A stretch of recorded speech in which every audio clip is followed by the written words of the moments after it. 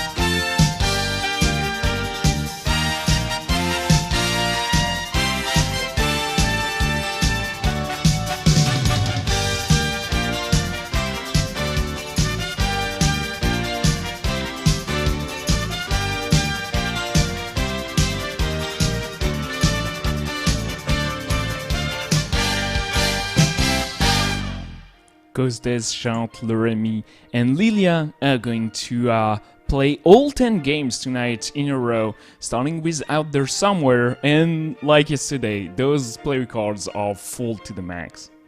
Yeah, I do spy Jant has slacked a little bit in race time, on track Mania and Kirby, but that's it. Everything else is full. These players are phenomenal. I cannot believe we had 8 players that got to this skill level in the season. It's only a couple of months that these people had to learn 10 whole games, but here they are, and here we are with game number 1. Out There Somewhere has been a very tricky game for a lot of players to race. When you're grinding, you go until you finally get those skips on the first try, and that's your time. But in a race, you don't have that luxury. We've seen so much time get lost going for some of the more advanced skips in this run.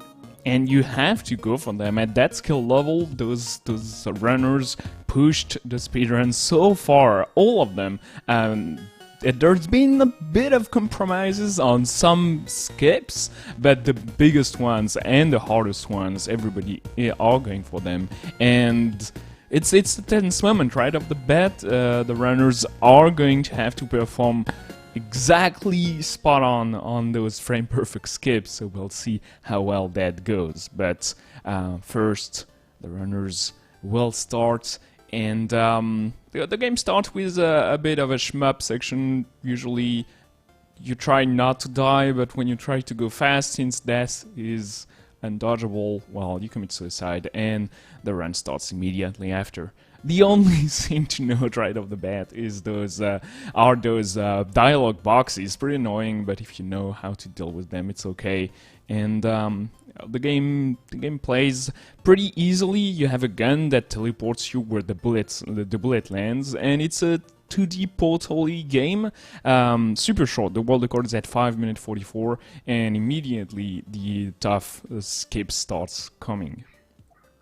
When you punch this game in Twitch, it spits out puzzle platformer, but I like to think of it as a portal platformer. I think if you know any game with a portal gun, probably the one game everyone knows, then you know exactly what that means. You've probably seen Jean and Larry both got out of this out of bounds sequence here. Ghost Death as well joining with Lilia now. A couple of tries. The player's still pretty close, which is really more what I want to see as a viewer. I don't want to see one person get stuck trying to do it over and over again, but they have spread out a little bit. Jean is going to be the first one to drop down, and he's not going to get back up out the top, so this is a pretty big time loss. Yeah, that hurts. I hope they get back pretty fast. They're going for the double projectile, and yeah, they're going to waste a lot of time here if they don't make it to the top quickly. Meanwhile, all three other players are on the second out of bound and gets it, all of them in sync. Finally, Jean gets on top here, but he's now like 25 seconds behind the other three runners. We'll see if they are able to recover from this situation. We've got Lirami getting up on top of some of these blocks. Lirami is a player qualified in 9th, actually, outside the top 8. Malaman, unfortunately, was unable to play, so Lirami got to compete.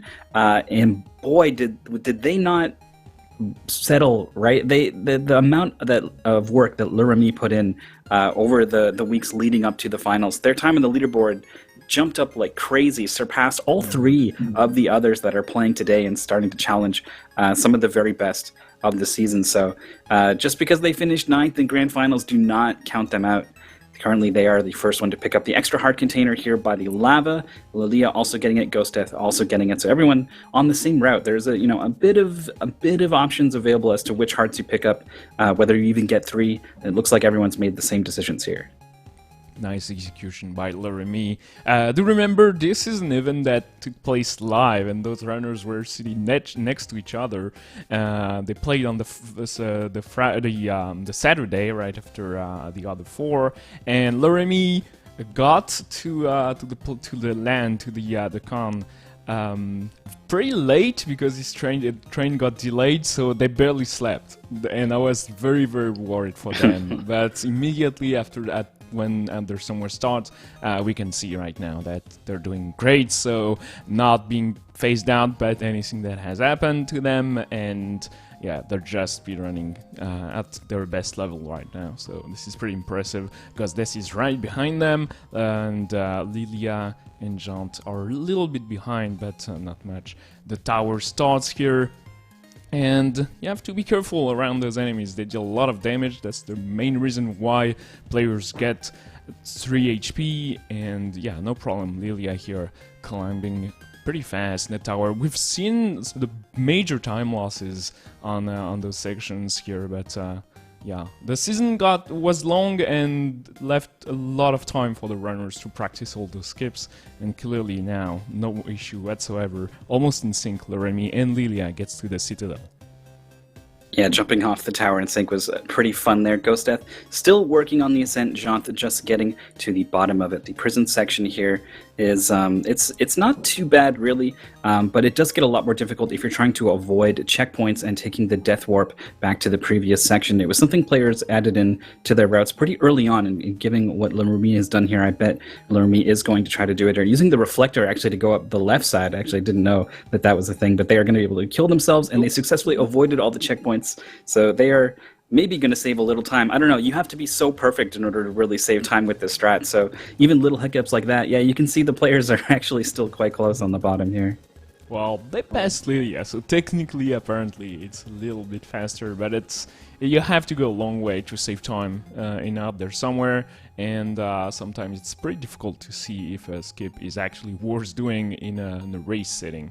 Ghost Death and Jean are pretty close to each other, but Lirami and Lilia took the lead by quite a bit now, and Lirami is making their way back to the room here, and will be on the exit of the Citadel pretty soon, almost 5 minutes into the run already. I don't understand still how the world record is 5 minutes 44. It's probably that time the runners are still the furthest from, like, in their runs and attempts. It is super optimized. Blue Lake section going well for Le Remy, getting to the green beam, getting the jump over the ledge there. It is you have a couple frames to jump after coming out of a green beam. If you're going for the tightest skip, it's actually frame perfect, and it's something that we haven't seen players too willing to try anymore. They early on they were like, "Oh, this is a thing you can do. I'm going to learn how to do it," and then kind of experienced in races that like actually this is really hard compared to. How much time it saves. Le Remy had a bit of a misstep there, falling down a little bit, and is now playing it much more safe, taking out this enemy, and they still have the lead, but little things like that are going to start to add up. Yeah, I like the decision to not go for the skip 2 times in a row. You just try it once, and if it doesn't work, you kill the enemy. Like Lilia is doing right now, Ghost Death is about a screen ahead of Jant, and Jant is about a screen behind Lilia. It's still fairly close, but it adds up at the time. The green beam is totally ignored by a lot of players now, even though it would save time to go for the skip. Just missing it a couple of times and everything is wasted. The Walker skip upcoming here. Lilia shoots the beam down and up, a nice jump. It looks so easy now. Like it's one of the skips that took a long time to understand exactly how to perform. Yeah, we used to see players get stuck there quite a bit, and then everyone just kind of figured that out. Le Remy is about to show us how to figure out this boss fight here. Does let the boss get one shot off. That will probably make it unlikely to stop the nether shot, but he has got back on the cycle, shooting the early shot to the right and then one to the left. We do see players try to sneak in a portal to the right side at the start of the fight and fight the boss from there, but it's a lot to do right at the start of the fight. It kind of front loads a lot of action, so a lot of players are also perfectly comfortable fighting from the left side. Lilia as well, now done with the boss. Of course, the game doesn't end until you complete the shoot 'em up section. Le Remy with a 6:56. That is a fantastic time. Awesome mashing. The boss died very, very quickly. We'll see how well Lilia does. You want absolutely to kill the boss before the laser beam tries to kill you. Your HP is a little bit tight, and yeah, Lilia is going to be a little bit slow. 7:16, still a very good time. We'll see how well Ghost Death and Jant do. But yeah, Ghost Death is almost at the end. Jant in the boss fight. The mashing is a little bit slower than Le Remy, on par with what Lilia did. It's very, very difficult to mash perfectly on that section. You have to dodge still, and 7:32 for Ghost Death. Yeah, mashing is, well, it depends, if you can just hit the button and everything be fine, that's totally different than mashing while moving around, dodging these projectiles, staying in line with the boss, leading the boss appropriately depending on how far away you are. All of these things distract from your ability to hit that button as fast as possible. That was a pretty strong finish. As we go ahead and look at the full leaderboard, adding in the times from the 4 players yesterday, we can see Devil Tifa did come out on top with that 6:37, but Le Remy is the best of the players today, and most of the players yesterday with that 6:56. Jant and Ghost Death at the bottom of the screen here about the leaderboard, but it shouldn't matter too much. We are going for 10 games in a row, and the second game is Lawnmower, and it traded Devil Tifa very, very poorly yesterday. Stifler got an awesome run, and it's going to be very, very hard to match for the 4 players we have on screen today. KTH was theoretically the best runner of the final, but they only got a minute behind Stifler, so we'll see how it goes. A lot of death on level 10, on lone 10 yesterday, so hopefully Lilia, Jant, Le Remy and Ghost Death do better this time around. Yeah, that 10-minute time hurt Devil Tifa pretty bad. They were able to claw back and finish quite strong, stronger than their grand finals time, I think, ended up being. So very strong overall, and of course strong mentally to bounce back from having a bad run so early into the decathlon. The players are off and mowing the first level here. It does require you to pick up at least 1 fuel can, and there's no really good clear pattern. At some point you either have to double back at least a little bit, or you need to do some crazy snaking back and forth that no one seems willing to even do.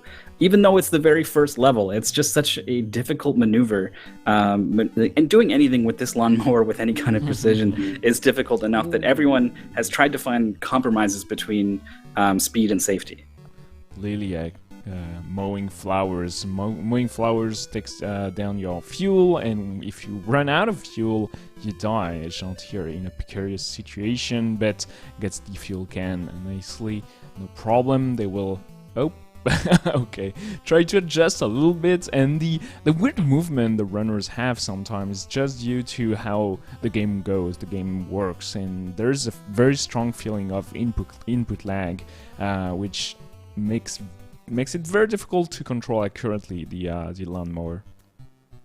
Yeah, Jant was actually giving himself like a bit of a runway so that he could sort of maybe even just mentally prepare for when they needed to hit the button to pick up the fuel can and not touch that rock, because that rock would have absolutely killed them. Rocks are vicious, and flowers, while not so bad on their own, are almost always in rows. And so if you make a wrong turn and mow a whole row of them, usually that will get you as well. Jant and Le Remy are out in front, very, very close together here in Lawn 5, and Jant going with a very aggressive opening. A lot of players do this with their very first run on the lawn because they know exactly where the fuel can is going to spawn. It's in one of those 3x3 air tiles near the start. So you have some route that brings you out into usually the middle somewhere, mows a lot of grass, then comes back just in time. And when you have a route like that and you hit a rock or a flower, you just don't have enough to get back to the fuel can. It's an instant death.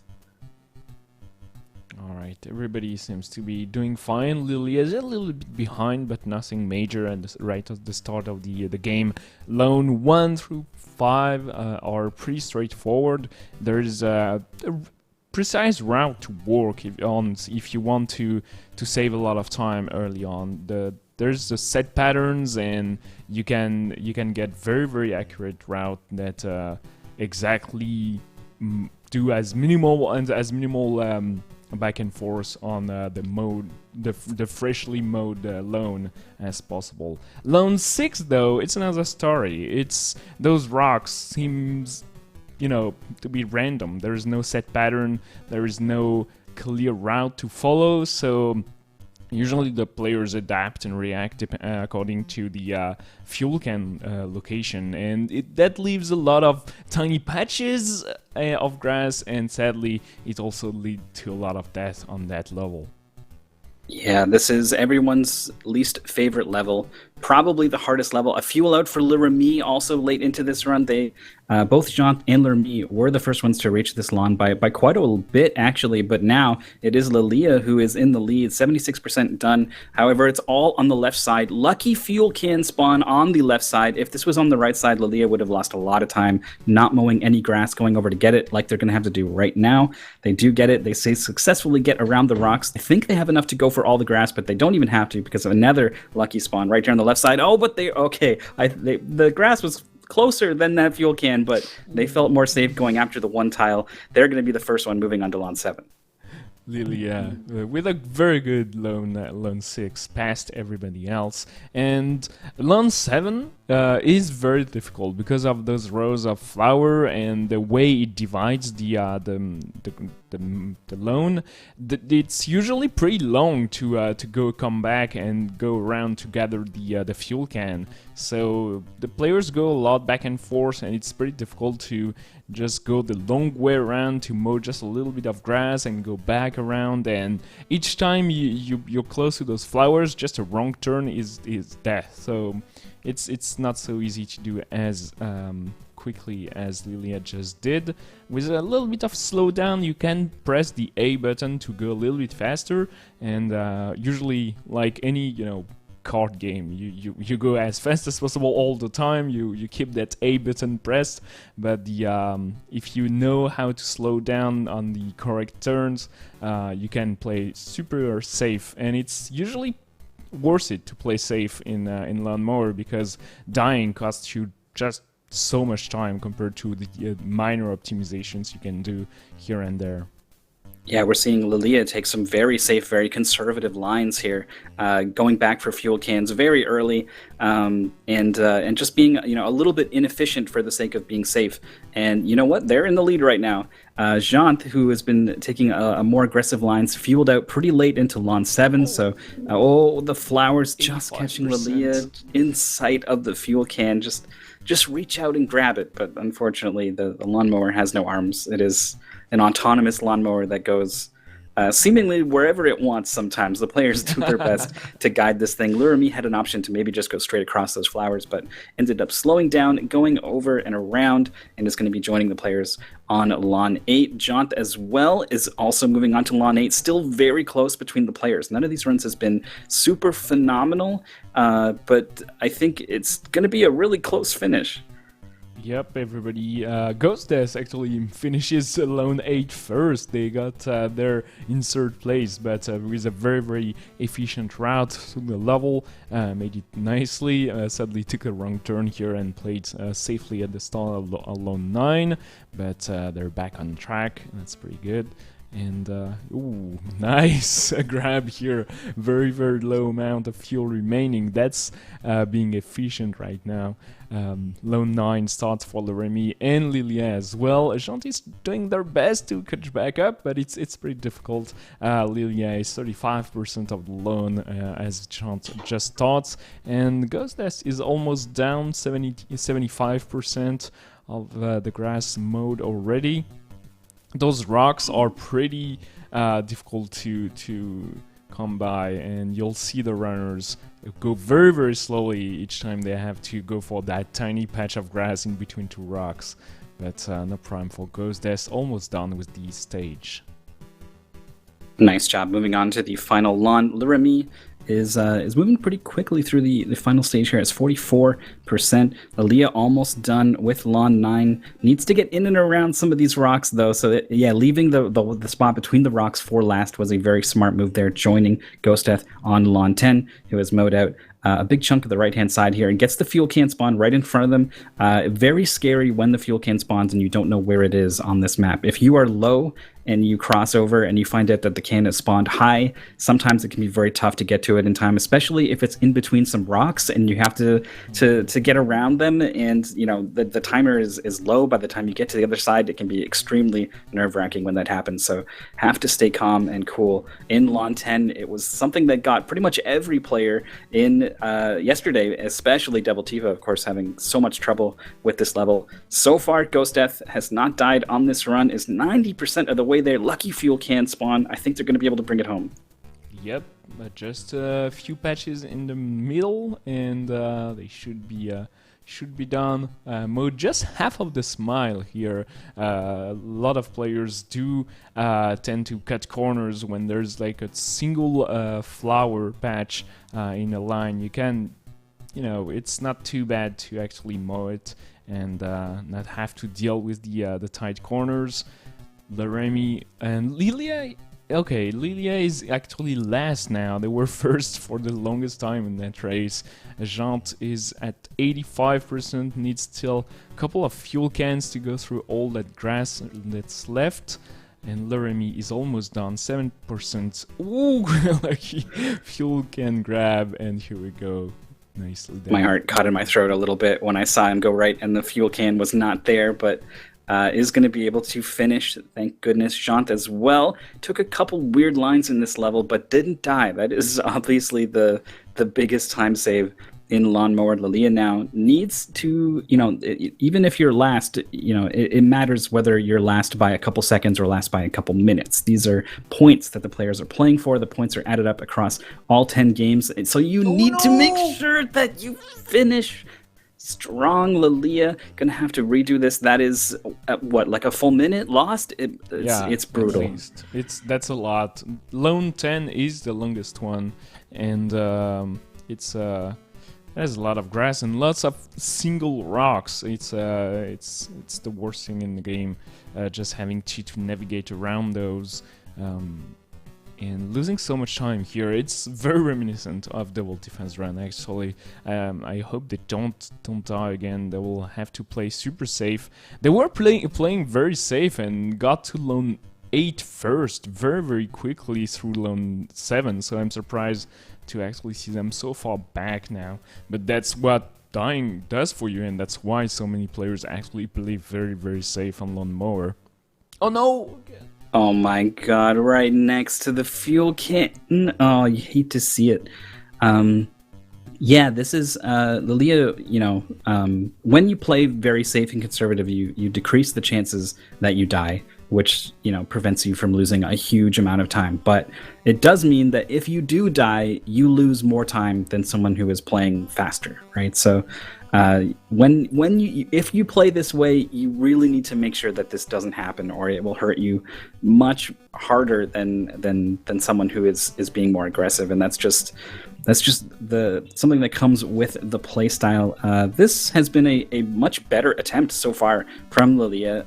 Actually, not a lot of defensive play, being very efficient, mowing the grass. Yeah, see, the fuel cam is right there, but they're going to head down and make sure they get as much as they can. I think this says a lot about their ability to react to these kinds of mistakes and not let it get to them. It's not easy not to tilt on lawnmower, but yeah, great job recovering by Lilia, finishing at around 11 minutes and 20 seconds. So we'll take a look at that leaderboard with 383 points for Lilia. That's 9 points behind Jante. Devil Tifa was last yesterday, but they come at the 6th place here. Ghostdeath, Loremi, very, very close together, just above 400 points. And Stifler was just with that stellar time at 5 minutes and 32 seconds, obviously keeps their first place. Yeah, seeing Steffler be 2 minutes faster than second place even is pretty crazy.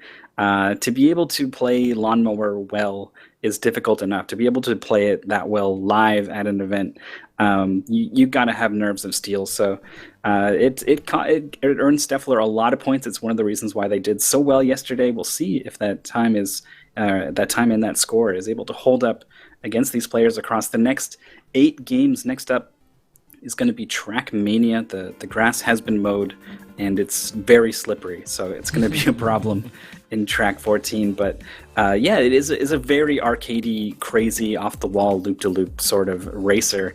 But it does model things like traction on different surfaces, and it can surprise you with its depth. It's a very, very precise speedrun. If you want to save time in Trackmania, you need to work exactly on your speed and movement and the way you adjust your angles, and know a lot about the game and every single tiny details. And it's pretty difficult on a 3D game where you have to control space and weird physics. Sometimes your car will bounce around, and obviously it has a huge fan base. A lot of players in the UD are experienced with Trackmania, but for Ghostdeath, Jante, Loremi, and Lilia, it's going to be about like cutting that 12-minute mark. That's fairly important, and trying to reach to the 11:40 maybe. That was the best times we saw yesterday. So if you want to stay within the pack, you need to try to come as close as that PB as possible. Loremi is at 11:32 and Jante is at 11:52, our first and fourth player today.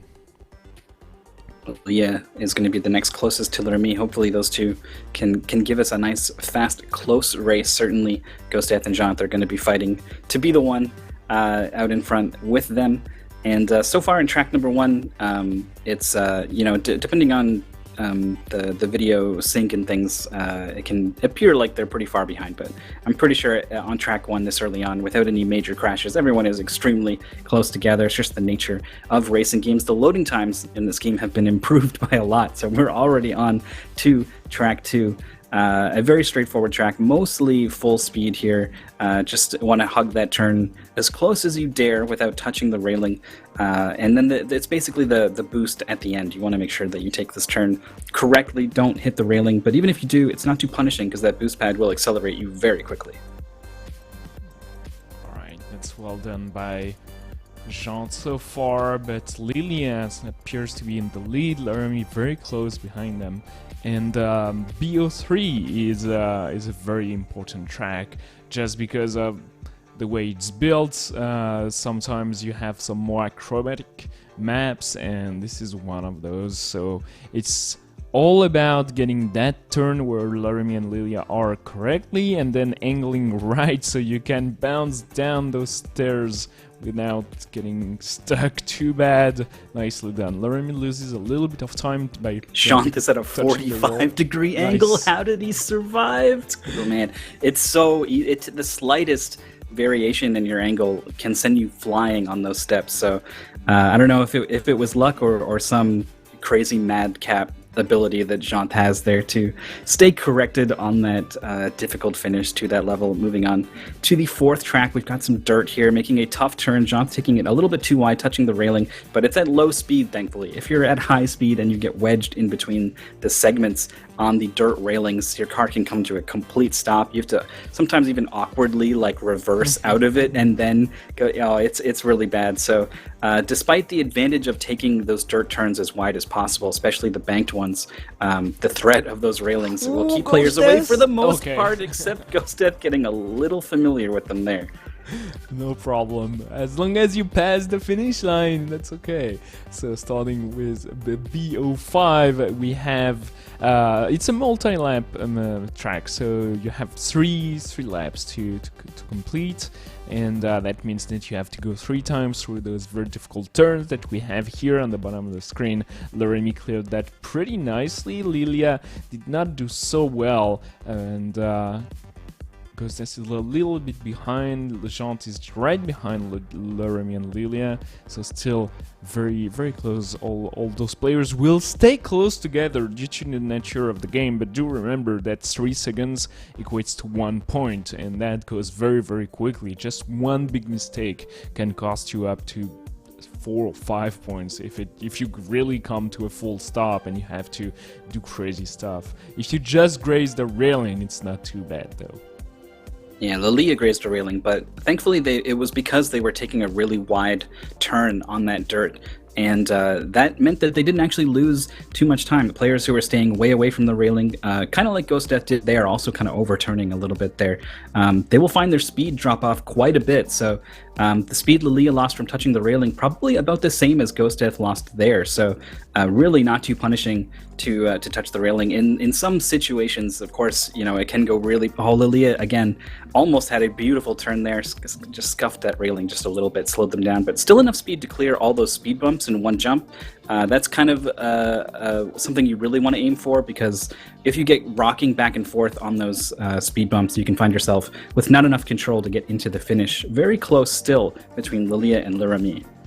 Yeah, they're almost tied to the frame starting BO6. One of the easier track here. This is the easiest to me to get the green medal on that track. As long as you're wide on your turns and the little sneaky curve here, you just hang the railing correctly. Sometimes you're so fast taking that jump that you might collide with the checkpoint, but no such risk for Laramie or Lilia, clearing the finish line very, very quickly. Nicely done by Laramie, taking the lead. On the bottom part of the screen, you can see that Ghost Death and Jant are completing BO6 as well, but Laramie is in the lead on BO7.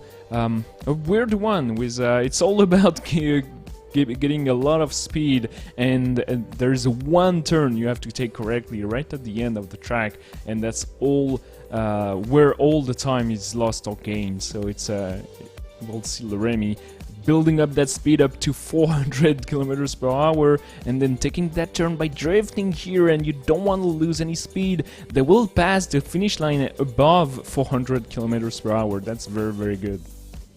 Yeah, that's exactly what you're aiming for. If your name is Salient to Mars or one of the absolute top runners, you can start to push even beyond that. But 400 is fantastic for this event in particular. We're on to track 8, which has these crazy wall rides, but it's not really what the players are very concerned about. I guess the second wall ride, if you mess that up, it can hurt real bad. But it's this turn here for Laramie, hitting the brakes and slowing down to 240 and not touching any railings. That is basically exactly how you want that to go. Lilia as well is right there with him, so still very close between these two, but Laramie is starting to pull ahead just like quarters of a second at a time.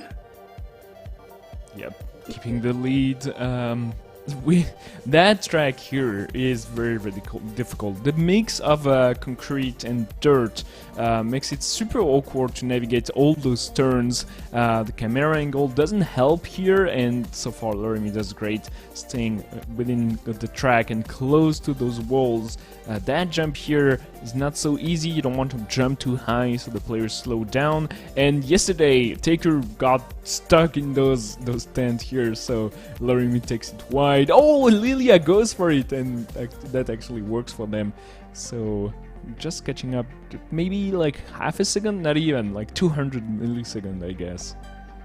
Yeah, it really is quite minor, but when it's the fastest line, when you point yourself directly at the goal and you find that you have a clear shot, it can be very tempting to take it, even if the risk is as great as it is.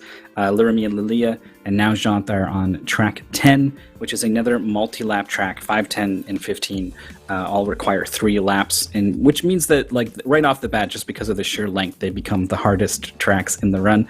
But this one in particular has some pretty tough turns. There's 2 that are very tough on dirt here. Laramie is about to take this first one here.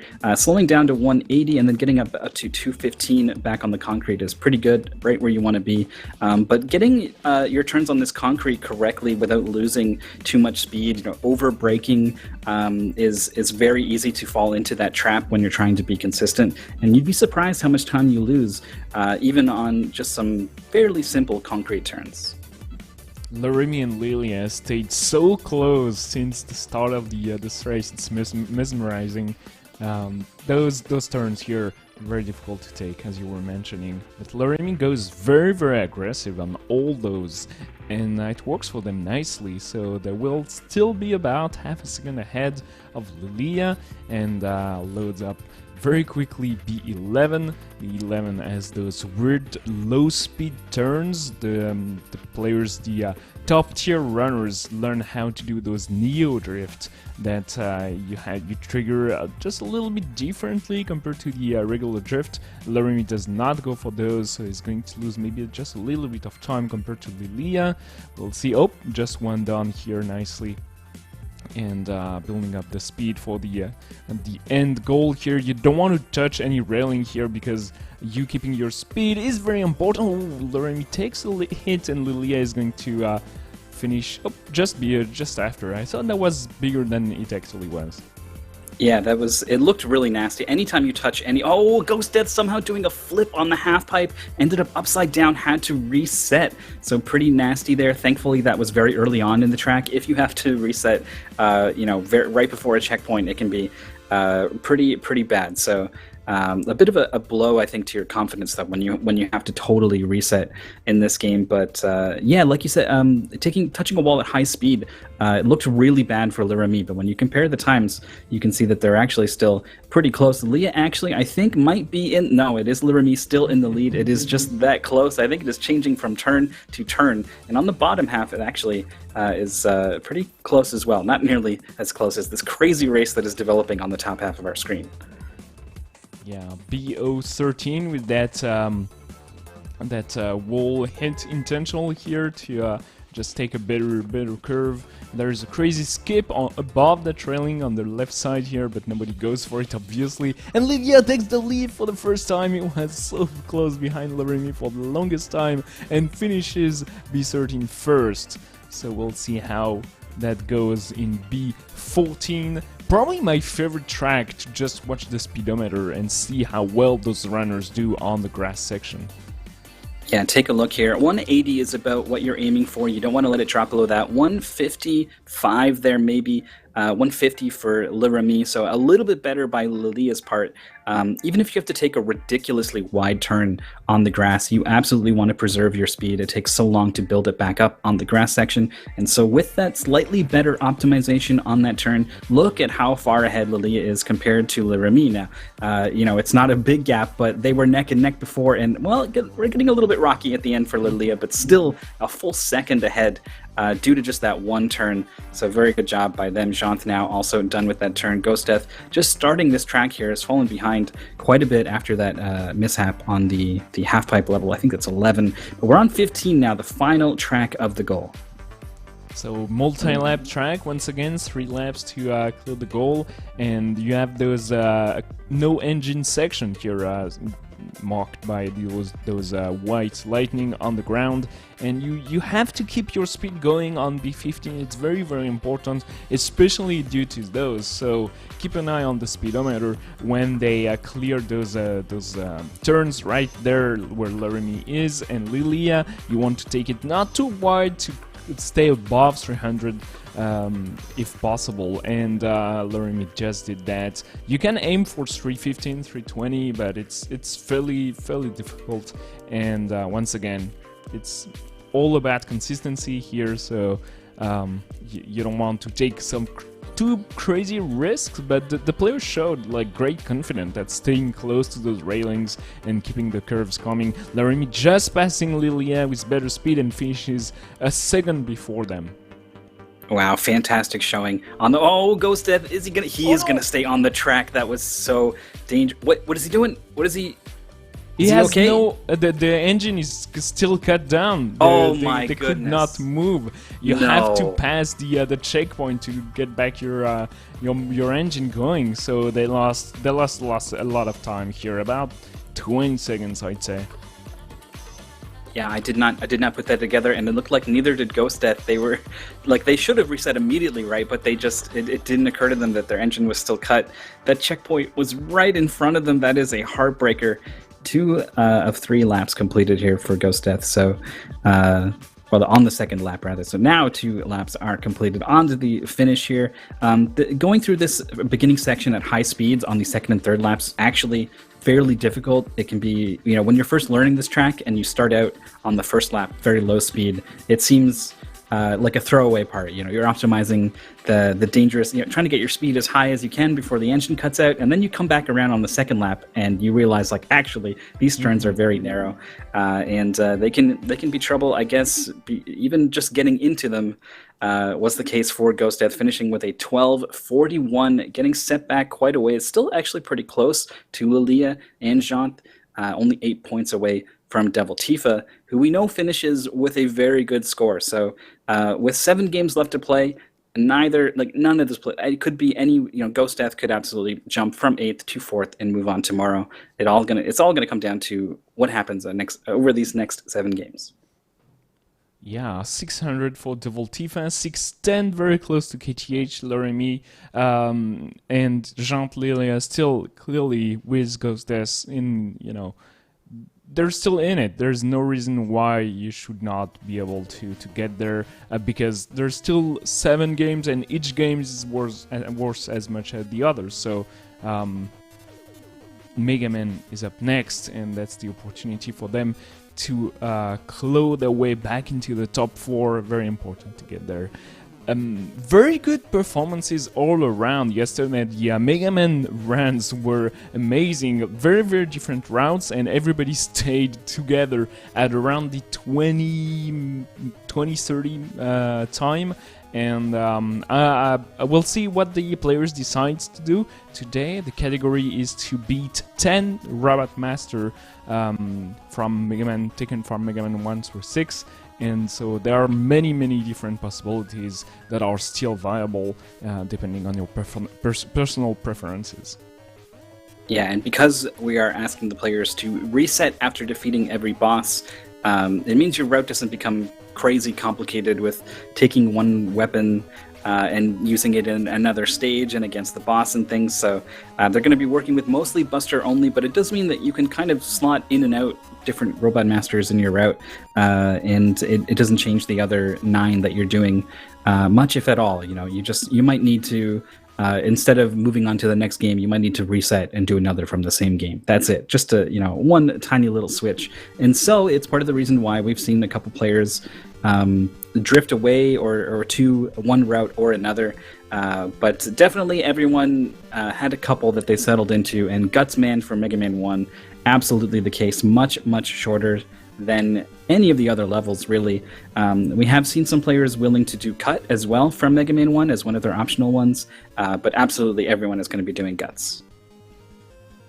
So Laramie in chat says that they had an issue and their select key was not binded correctly, and for Mega Man 1 that sounds nasty, so I don't remember exactly how that checks out, but we'll see them try to dodge the knockback from the Hammer Bros by quickly posing with the select key, and it's probably not going to work too great for them. Here we go.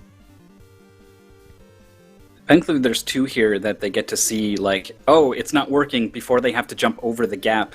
And they are able to adjust there, making sure that they get hit far enough into the platform that the knockback does not knock them off, which is the reason why everyone is using the select glitch there. They can also use it on Gutsman here in order to sort of cancel out the invincibility frames of Gutsman.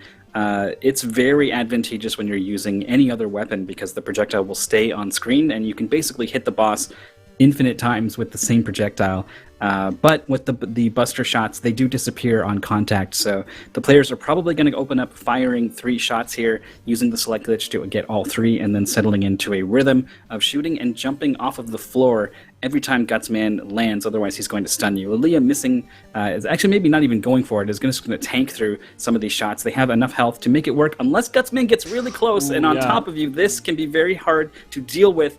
Very low on life, gonna need some help, I think, is Lilia. The select glitch gets it, nice. And Lilia gets it, nice, okay. So Ghostdeath had some controller issues and it's just starting right now, but their time will be, I guess, 2 minutes slower than it appears, so no problem for them. They will just be running a little bit from behind. Mega Man 2 starts, and this is where the route explodes, because there are a lot of very, very viable options in Mega Man 2, and there is no obligation order-wise. So Laramie goes for Airman first, Lilia goes for Quickman, and John goes for Middleman. Airman is the one that players are least likely to do from Mega Man 2, so usually if you see someone doing Airman, it means they're going to be doing probably 5 Robot Masters from Mega Man 2, adding all 4 of their optional ones from that game.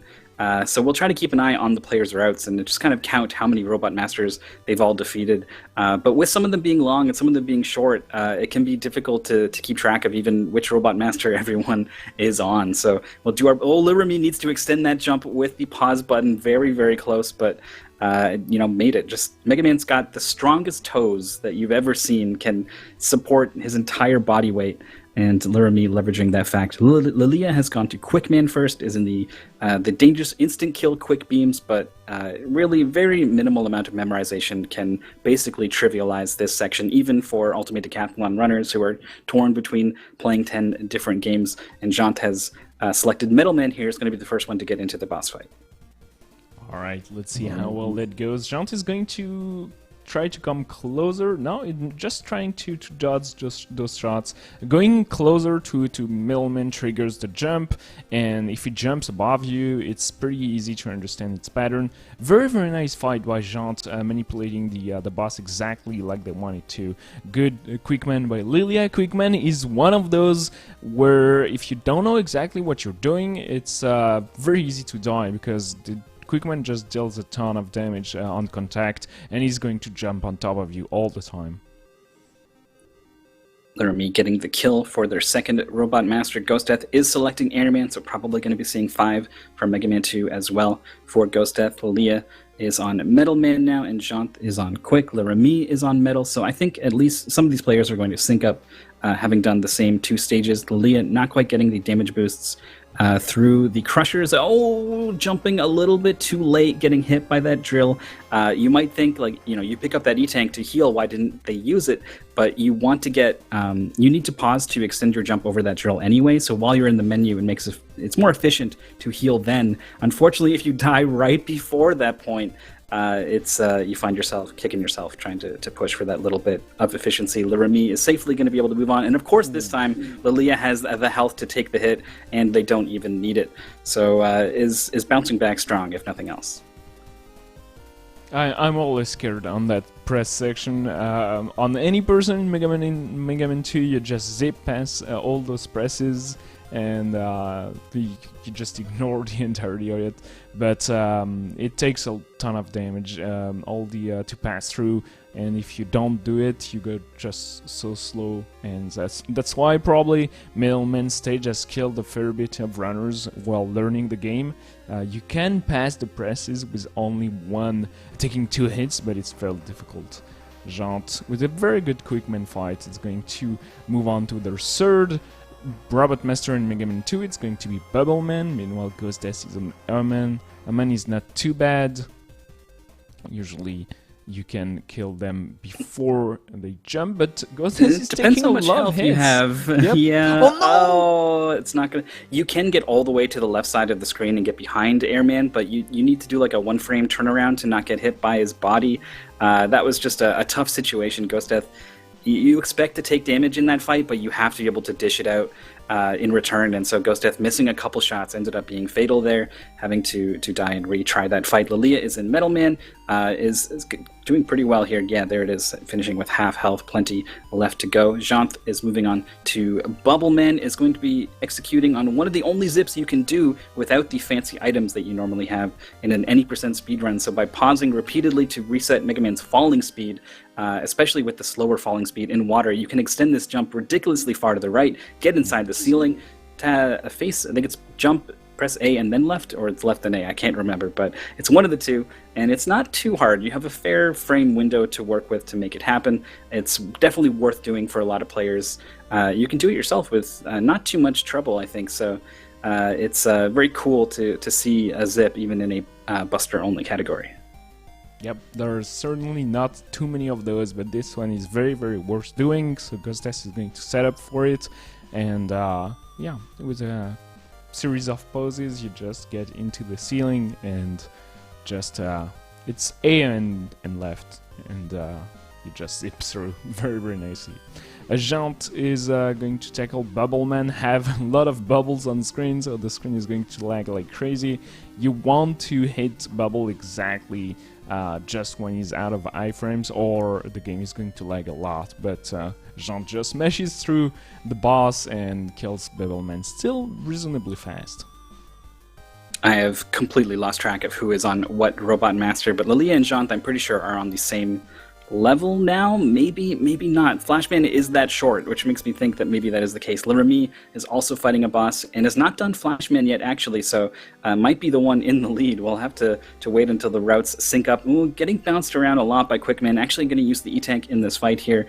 We'll see. Yeah, well, no, they probably could have got away without using it, but sometimes just the confidence of knowing that you're not going to die can let you find those shots. Ghostess could use a bit of confidence right now. Cannot get hit by anything, and Bubbleman is a very difficult fight to not get hit in, so it does catch him. He explodes there. That's his second death for Ghostess. It's not the most costly, but they add up very quickly.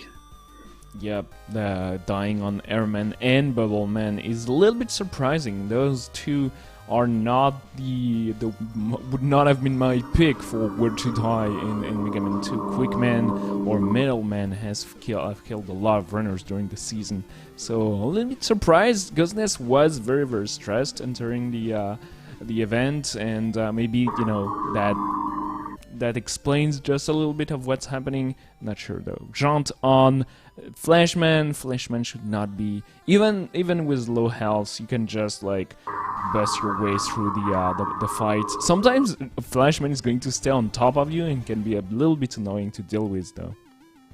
The sync in the right side of the screen on the bottom half there, Laramie and Lilia, has been very cool to watch. Looks like Lilia is going to get a little bit ahead due to some better damage boosting through those enemies, but getting knocked back by that frog, yeah, that's pretty common for players to take that hit and go through the big frog, but getting caught up on the second one now, extremely close. Laramie actually is going to go turn back and waste time watching the health refill. Sometimes, you know, if there's a health that you don't have to go back for, some players will opt to jump over it and try not to pick it up just to avoid the screen stopping while that health refills. So, you know, is a little bit worried about the boss fight. Lilia doesn't seem to be that worried about it, and we saw that it was a problem for Ghostess. So let's try to keep an eye on, and if you're a fan of Lilia, then hope that things go well here, because you do expect to get hit many times throughout this fight.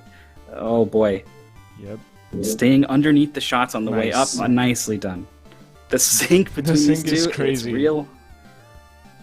Okay, Flashman for Laremy, and Lilia is done. Killed 4 Robot Master in Mega Man 2, and is moving on to Mega Man 3. So Top Man is the choice that a lot of players have made. We've seen Magnet Man yesterday, so the trade by Taker was to do Magnet Man instead of Eman, and that worked okay for them. But the run yesterday proved that the route don't matter too much in the category. To be honest, if you know to execute on your route, you'll be doing just fine. Ghost Death defeating Mega Man, moving on to their fifth Robot Master of Mega Man 2. Jean slipping off of the top. This is a scary section, and it's right before the checkpoint. So this is we've seen, you can be very aggressive on these tops. You can actually jump and count on the top to drop and sort of catch you, even zip you up through the top. And it's a little bit faster than waiting for them, but it's such a dangerous section and such a costly death that even the very best players in races are hesitating on those tops to make sure they get those jumps, and this is exactly why. Let's see that for the second time, Jant is setting up, going a little bit slower. No, dies again! What's happening? Oh no. This is going to cost them so much. They were ahead by quite a bit. Lilia is first now in the race. It's hard to say. Oh, and dies to the spikes. What is I don't know. Okay. Okay, I don't know what it is about ladders. Like, you literally just hold diagonally left and up, and you will catch that ladder. But there's something about the diagonal that I don't get that up input sometimes, and that happens. You don't grab the ladder, you just drop onto the spikes.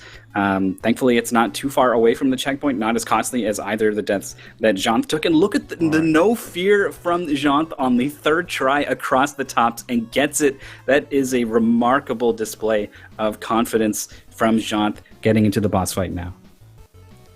So Laremy is in Top Man with Lilia and Jant, but did one extra boss on Mega Man 2, I think. Top Man is spinning like crazy, trying to rush at you, but almost getting it. Jant is just needing 2 extra shots and kills the boss. Moves on to Mega Man 4. Usually people go for Pharaoh Man, but we've seen some Toad Man and some other options. But Lilia dropping low. It's pretty difficult to avoid taking damage in Top Man's fight and still not miss a hit. You will very likely get 3 hits if you're taking care to avoid the tops, which is what Lilia did, settled for an extra cycle there.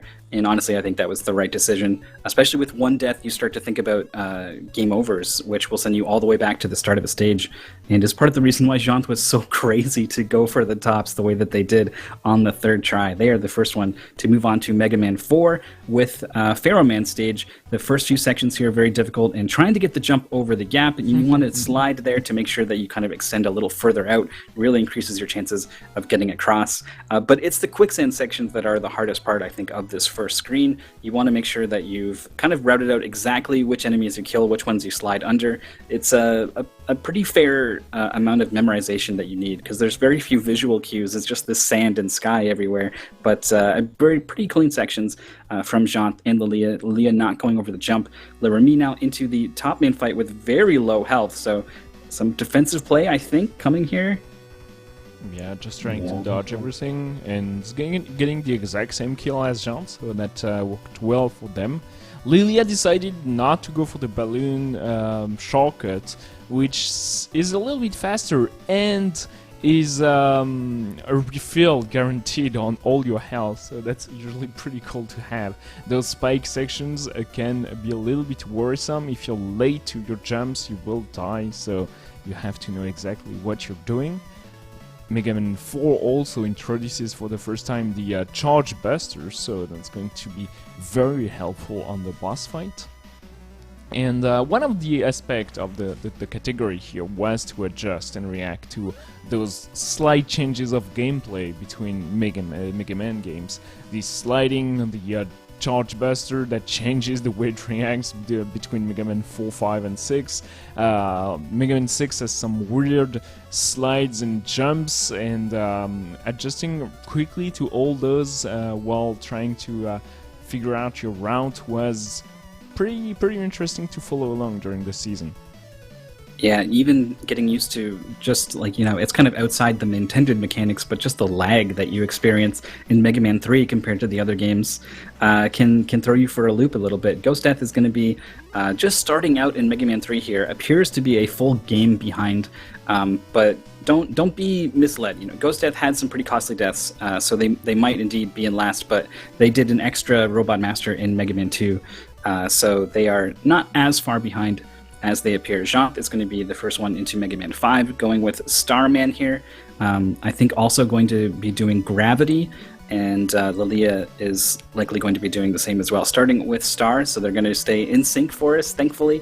Laramie, however, did Airman, I'm pretty sure, so they will only have to do one of Star or Gravity, and they're almost done with Mega Man 4 here, coming to the end of Pharaoh Man stage, so I would put them in the lead at this point. Yep, I think you're right. They will do either Gravity or Starman. Usually players do choose Gravity over Starman, but Taker did not. So I'm not sure which one is the fastest. Gravity stage is definitely feels easier, and the boss fight as well is pretty straightforward. Aaliyah was down to 4 health with a ton of enemies and projectiles on screen, but has held on, and if nothing else, reached the checkpoint. Normally, you're willing to take some damage boost through this section, but that's not really an option for Aaliyah anymore, so we're going to have to do this tough jump. Gets it, no problem. And, there's the Starman fight as well coming up, so is probably crossing their fingers for a health drop. Jean in the lead between the two of them on Starman stage. Laramie just starting Gravity now. That is, they're going to be their choice for Mega Man 5. Ghost Death into the Top Man fight. Has the health to take this hit, so they're going to be very aggressive. Not quite getting the finish, and maybe needed to get that jump, actually. I can't remember how much contact does. That was this. Not taking the jump here was not cutting it. They took a lot of a hint at the end, really trying to go for the kill before the cycle restarted, but they had to react to that jump. But did that perfectly, so no problem. Starman is a pain, to be honest. They're very random boss. They will jump and throw their shield at you, but sometimes after just half of a jump, sometimes after 3 jumps, so it can cost a little bit of time. We'll see how it goes for Lilia, but the charge helps quite a bit. Meanwhile, Laramie is halfway through the Gravity Man stage, and that's exactly their lead on Jaunt. So very, very nicely done. Playing very safe. Laramie is making good progress. Those gravity changes are very reminiscent of VVV game that we're going to play through in 5 games. So get adjusted to walk on the ceiling, I guess. Death early on in Gravity from Jean getting set back to the start of the stage, which means they're pretty close to Lilia, and both of them are almost a full stage behind Laramie at this point, who is about to do Gravity Man here. Ghost Death as well, not too far behind anymore, actually, is on the end of the Pharaoh Man stage. They only have 1 stage to do in Mega Man 5, so I would put them to be maybe 2/3 of a stage behind Jean and Lilia. Laramie's Gravity Man fight is going well, except they just got hit, but they were able to find the hit and to begin charging again in time to get the next one, so no time lost taking that hit. Moving on to Mega Man 6, a couple different options here, but most players seem to have settled for Windman. Windman is a straightforward level. I think the most difference with Flameman stage is the boss fights. It's way easier considering how much instant death there's in both stages. It's up to personal preference, but apparently Flameman is faster, but overall the players have practiced and just chosen Windman for the majority of them. So we'll see how it goes for Laramie. The upcoming screens are very, very important and not so easy. Meanwhile, Ghost Death is trying to stay close to Pharaoh Man to make sure that he doesn't jump on them. Oh, but sadly he's having a bit of a bad luck here. And once again, that final hit, nicely done. Yeah, you might think like, Ferroman jumps right into you. Why are you standing so close? But manipulating the charge shot by standing close is really the safest option. And it does mean that if he decides to jump, you're probably going to get hit. So dropped pretty low, and as scary as it is to be that low and be standing right next to him, it really is the best option. And it worked out for Ghost Death. Gravity Man fight here for Lilia, missing that final shot, trying to charge up in time and barely touching him with the top of that wider charge hitbox that you have in Mega Man 5. Going to be joining Lirami and Jaunt in Mega Man 6. Lirami is not too far into the stage, actually. I missed it, so They probably died, yeah. there was a death, yeah. When Ghost Death was in Foreman, they died pretty early in that stage, so that did not cost too much, but they were very ahead of both Jaunt and Lilia entering Mega Man 5, and they did not quite capitalize on that, so we'll see how well Windman stage goes for Jaunt. Those very, very important series of jumps and fans here can set you off, but Jaunt knows exactly how to make it through those sections without any issue. We'll see for Lilia. It's really that screen that killed most players in Windman stage, I think, plus the final enemy that Laramie is going to come across pretty soon. Lilia is actually so concerned about taking damage in this section that they went low and got the health refill. It's it doesn't really lose too much time, but it puts you in a bad position to get a charge shot on the first turret, and they're back down to fairly low health here, so we'll see how it works out for them. Lirami is also not looking too good on health getting into the boss fight. Now, Windman is quite a manageable fight. We can expect players to beat this fight without getting hit, but every time we say it, something bad happens, and players usually, they get too close, they get too aggressive to Windman. It becomes very hard to get away from him the closer you are, and suddenly you find yourself taking one hit, things snowball, but it looks like Lirami has this fight under control. And final hit will do. In chat, Damdio asking how the players do switch between games so easily. It's played on emulator, and there are a lot of different strategy and approaches to switch games fast. My personal way of doing things was just to alt tab and press enter, and during the boss selection I would manually click on the next ROM, so prepare myself to switch for the upcoming, at the end of the stage. So a lot of players did very different things. There are a lot of very, very fast ways, but yeah, it is done on the emulator. On console, even with a power pack or an EverDrive, it's way slower.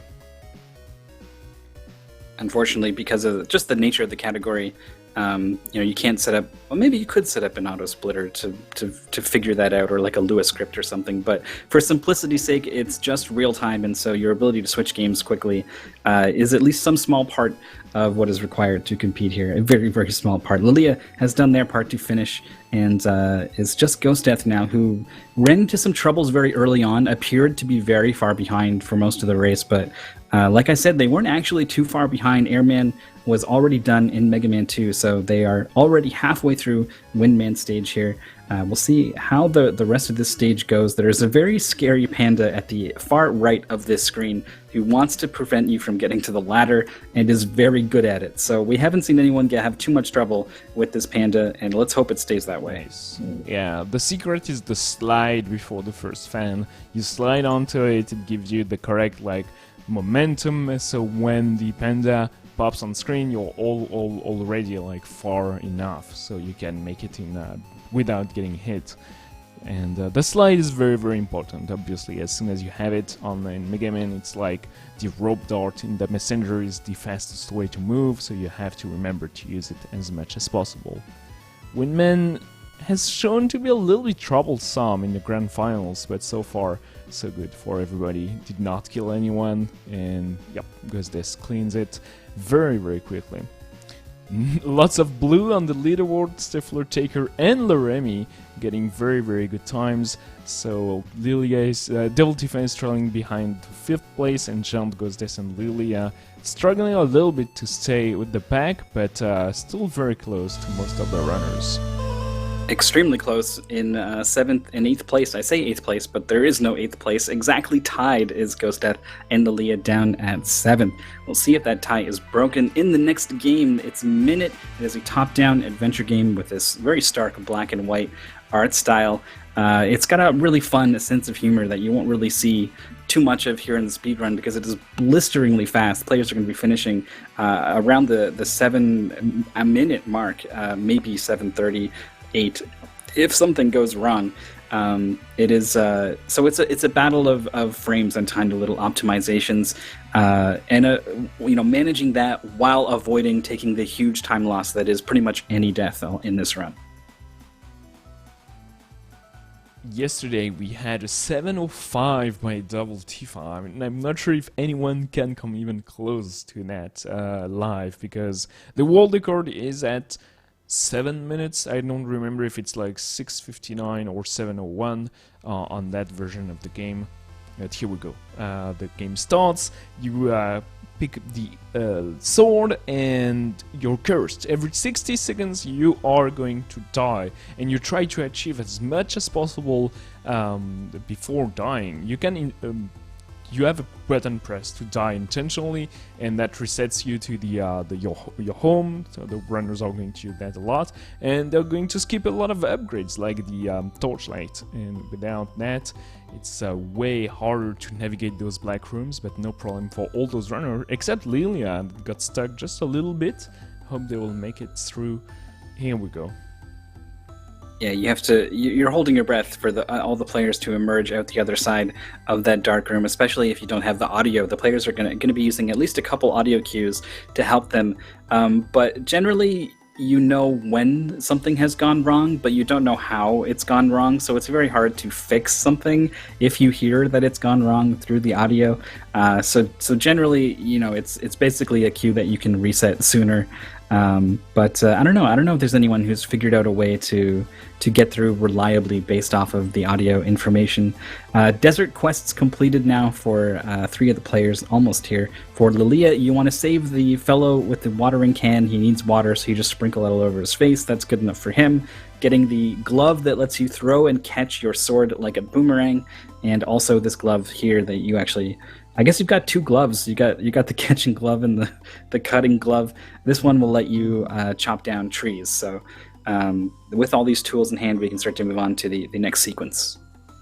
So next sequence is to kill those pesky crabs that pushes the customers away from the bar on the beach. So the tenant will will reward you with some coffee if you kill 5 of them. So the players do exactly the same thing. Laramie is in the lead. Jant actually is in the lead, followed very closely by Laramie, then Ghost Death. Lilia was stuck at the start. That explained, I don't know, there are 15 seconds delay, and Jant is moving onward to the hotel. They chop down the trees, which allowed them, which unveiled all that part of the map. All the top part of the map in the Minutes world is completely closed off by trees, so that's why we got into the desert to get the gardening gloves, and on to the quest of the hotel to gather as many guests as possible. The first one was the diver. The second one, he's playing around with the Leaf Gang. We're going to kill all of them to convince them to come with us.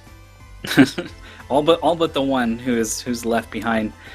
To be the one to be the hotel guest, thankfully. Ghost Death almost hurting the hotel guest, throwing his sword at the final enemy, barely getting it. Next to this sort of hot and cold game here, where you push this guy who's lost his credit card, but it's always in the same place, so the players are basically just pushing this box into this particular corner.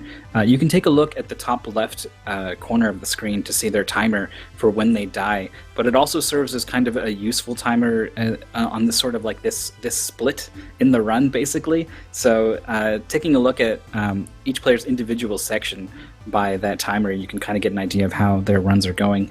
And that was in each player, I think, had some different sort of problem with that previous section. Trying to find the bombs in the dark now.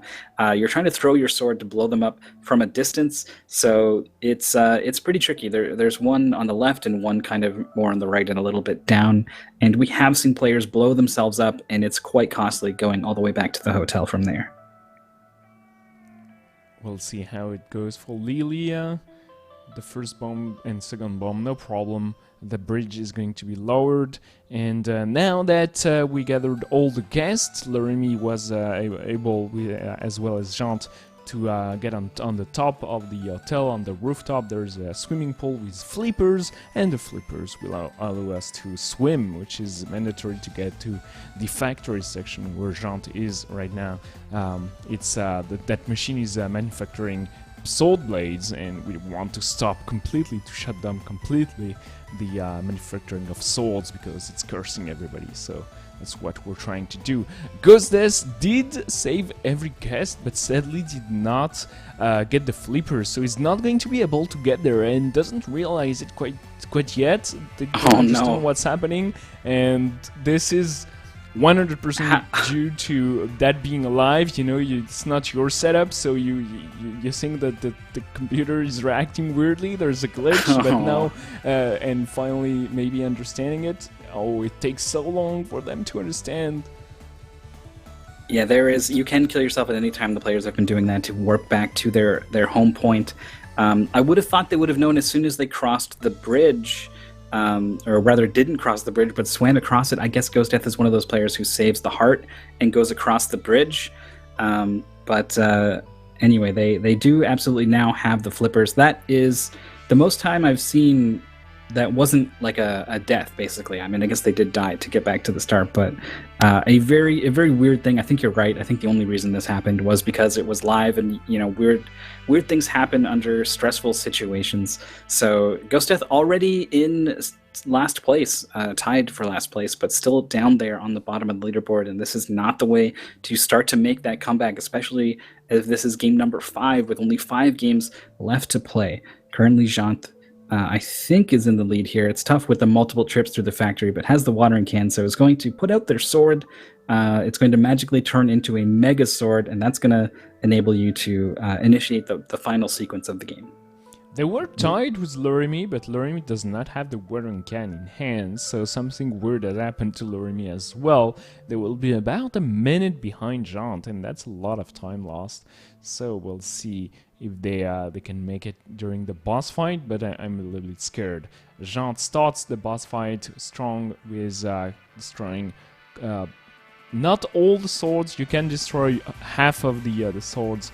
But Jant will only got 3, so a longer first phase. The second phase is very scary, especially with only 1 HP.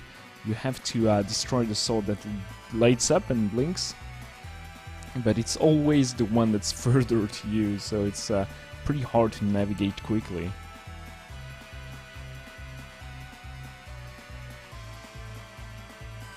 Alright, oh, Jant dies here.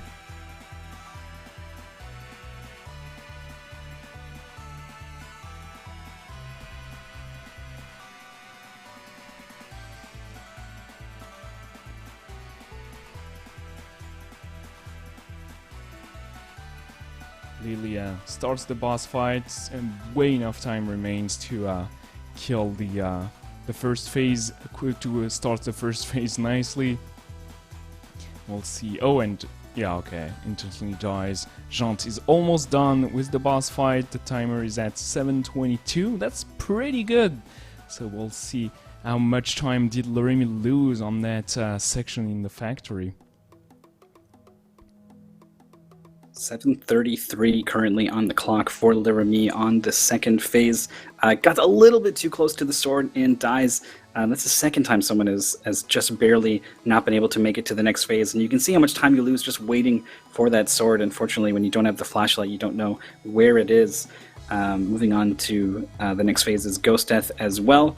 Figuring out this boss fight, the players didn't actually know exactly how to progress to the next phase. They thought they were getting extra damage by getting more hits, but as soon as the swords retract, you're basically just waiting. You want the swords, when they're further out, that's where you can get your one hit, and one hit is all that is required. Loremi now just needs one more hit to finish off this boss. 8:11 on the timer, not the time that you're looking for. This has been pretty bad all around for these 4 players.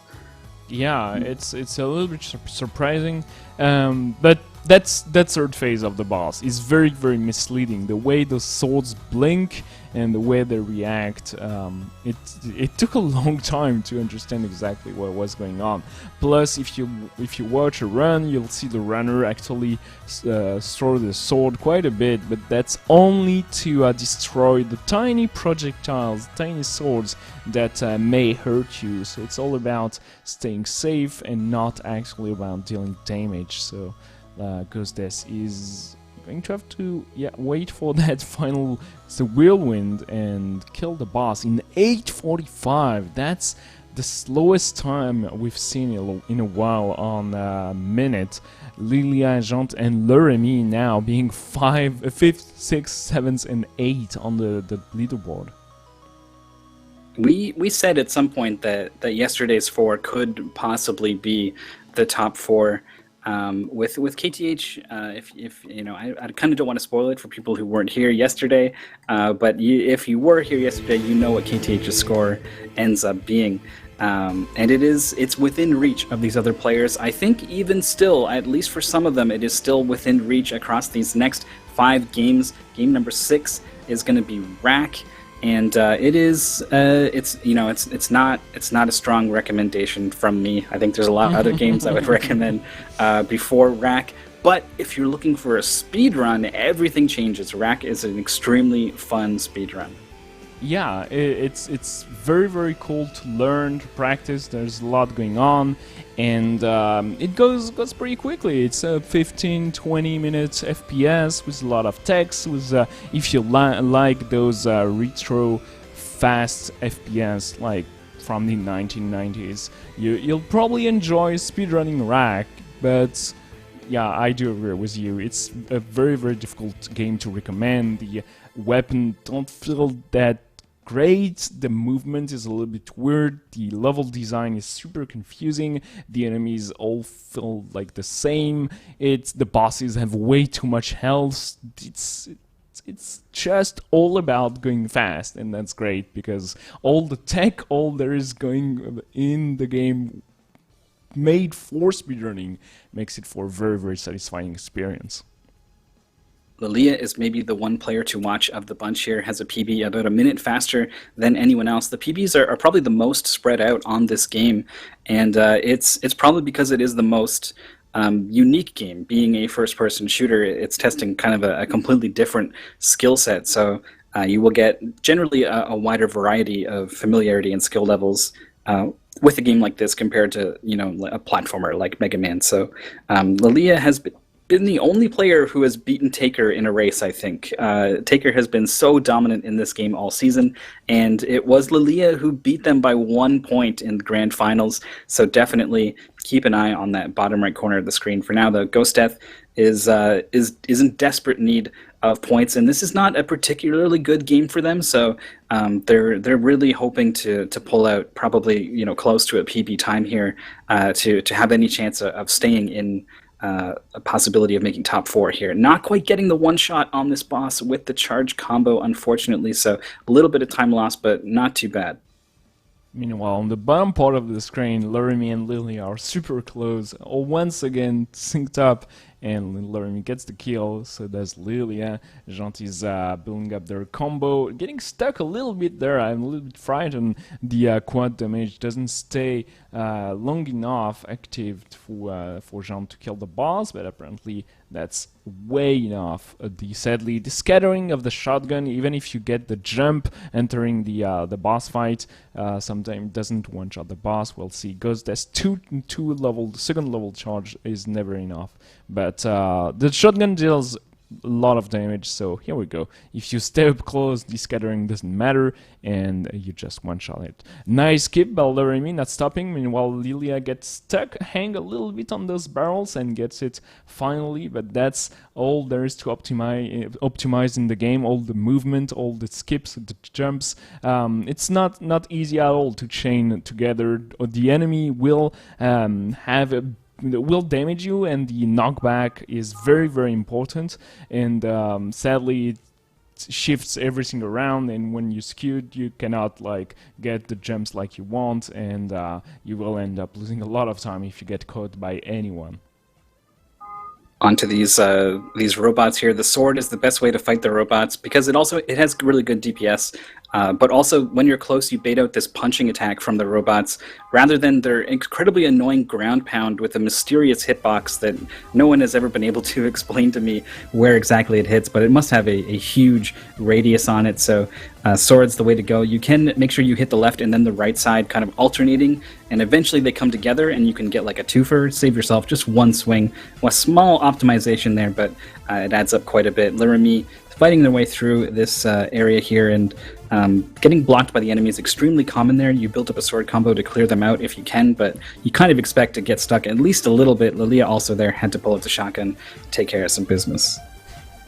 Something we didn't mention in the intro is that the game music is just hilariously bad, but so it's in the background now, so do enjoy it if you can.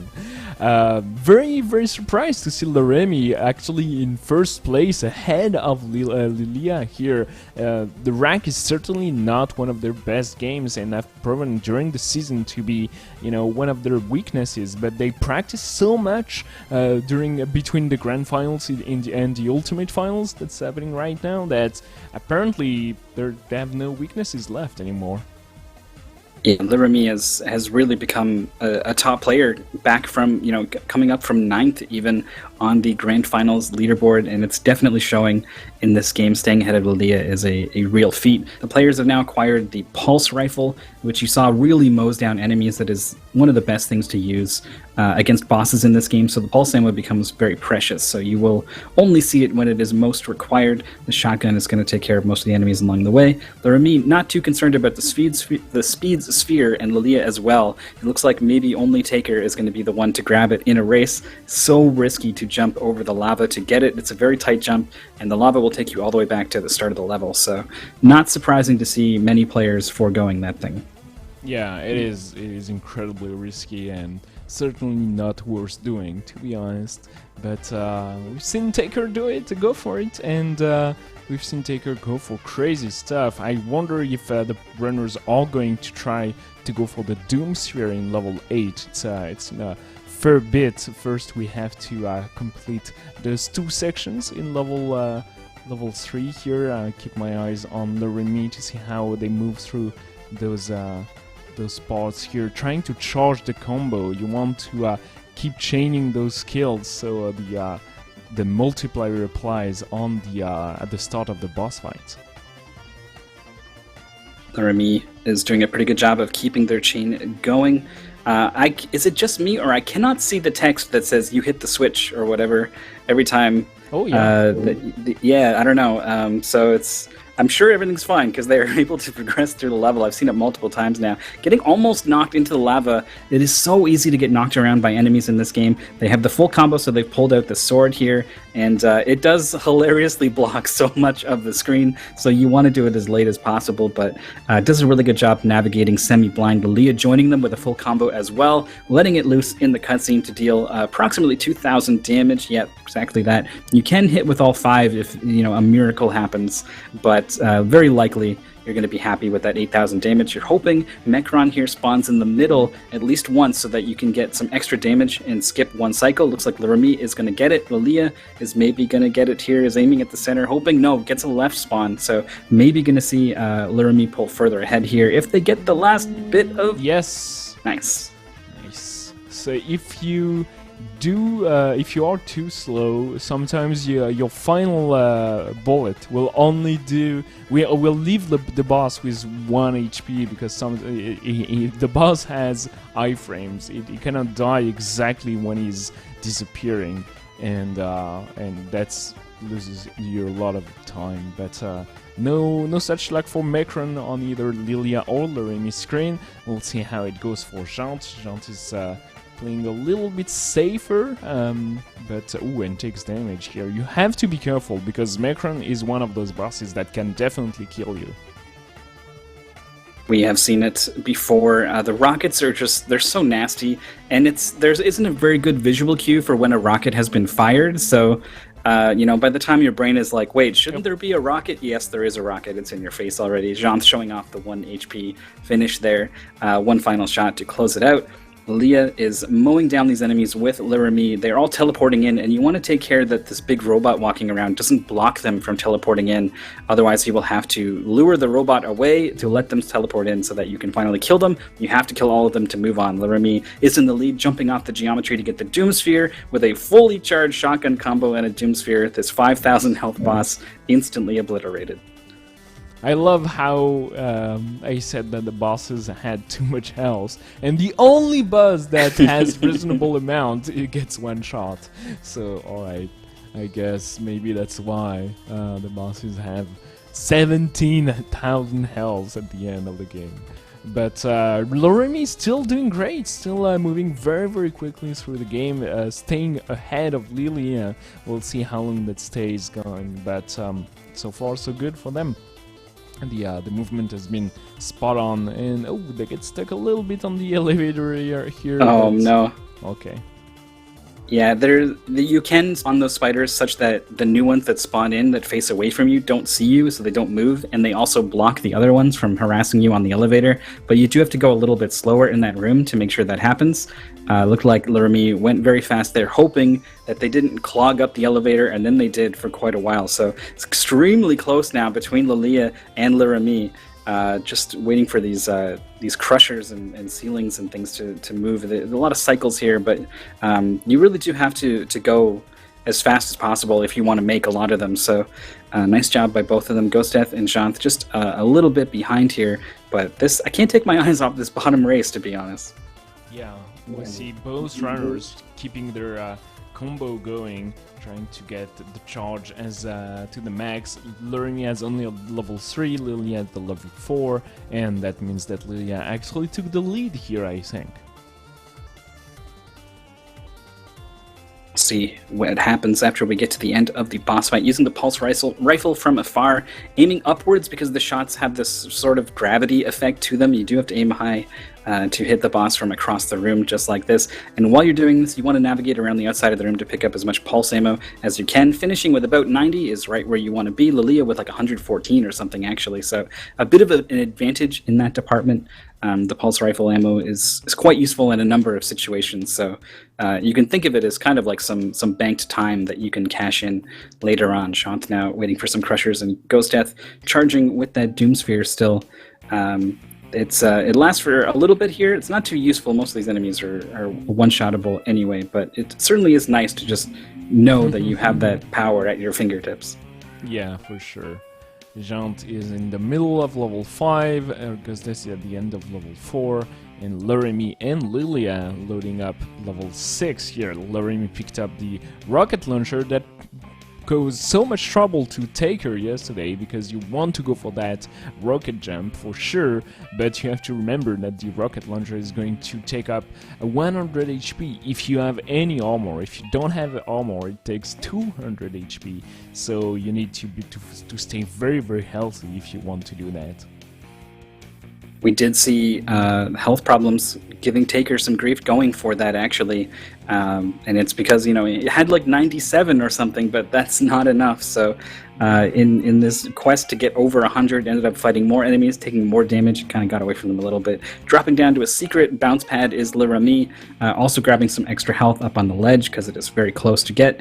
This is a good section here to use some of your pulse rifle ammo. A lot of enemies on the bridge. You could walk around them and skip them, but it is so likely that one of them is going to knock you into the lava that even top players will clear out those enemies at least a little bit, doing a good job of not getting blown up by spiders coming out of that door that are all clouded up there. Lilia very close behind. We'll see if they have to do some cleanup. One enemy in the way there. Short pause, and they're still very close, but it's tiny little things like that is maybe going to be the difference between these two on the bottom half of the screen.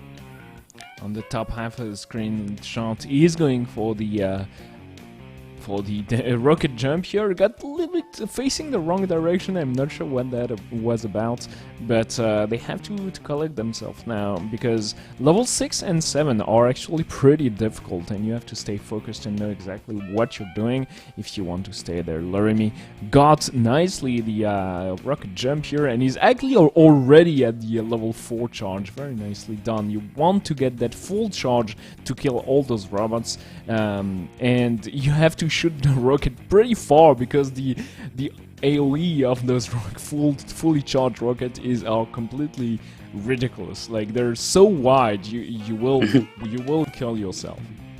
Yeah, you can see the players taking great care to aim it as far into the bridge as possible from the side, basically, because otherwise you're going to hit whatever's in front, and it's definitely way too close. Lilia also successfully first try mowing down all these enemies on the bridge. Looked like maybe they were going to jump off and reset the enemies, but decided that their health and ammo situation was good enough that they were going to try to finish it out. They're going to be building a combo heading into the Oculus boss fight here, where Laramie is already going to work with the pulse rifle ammo.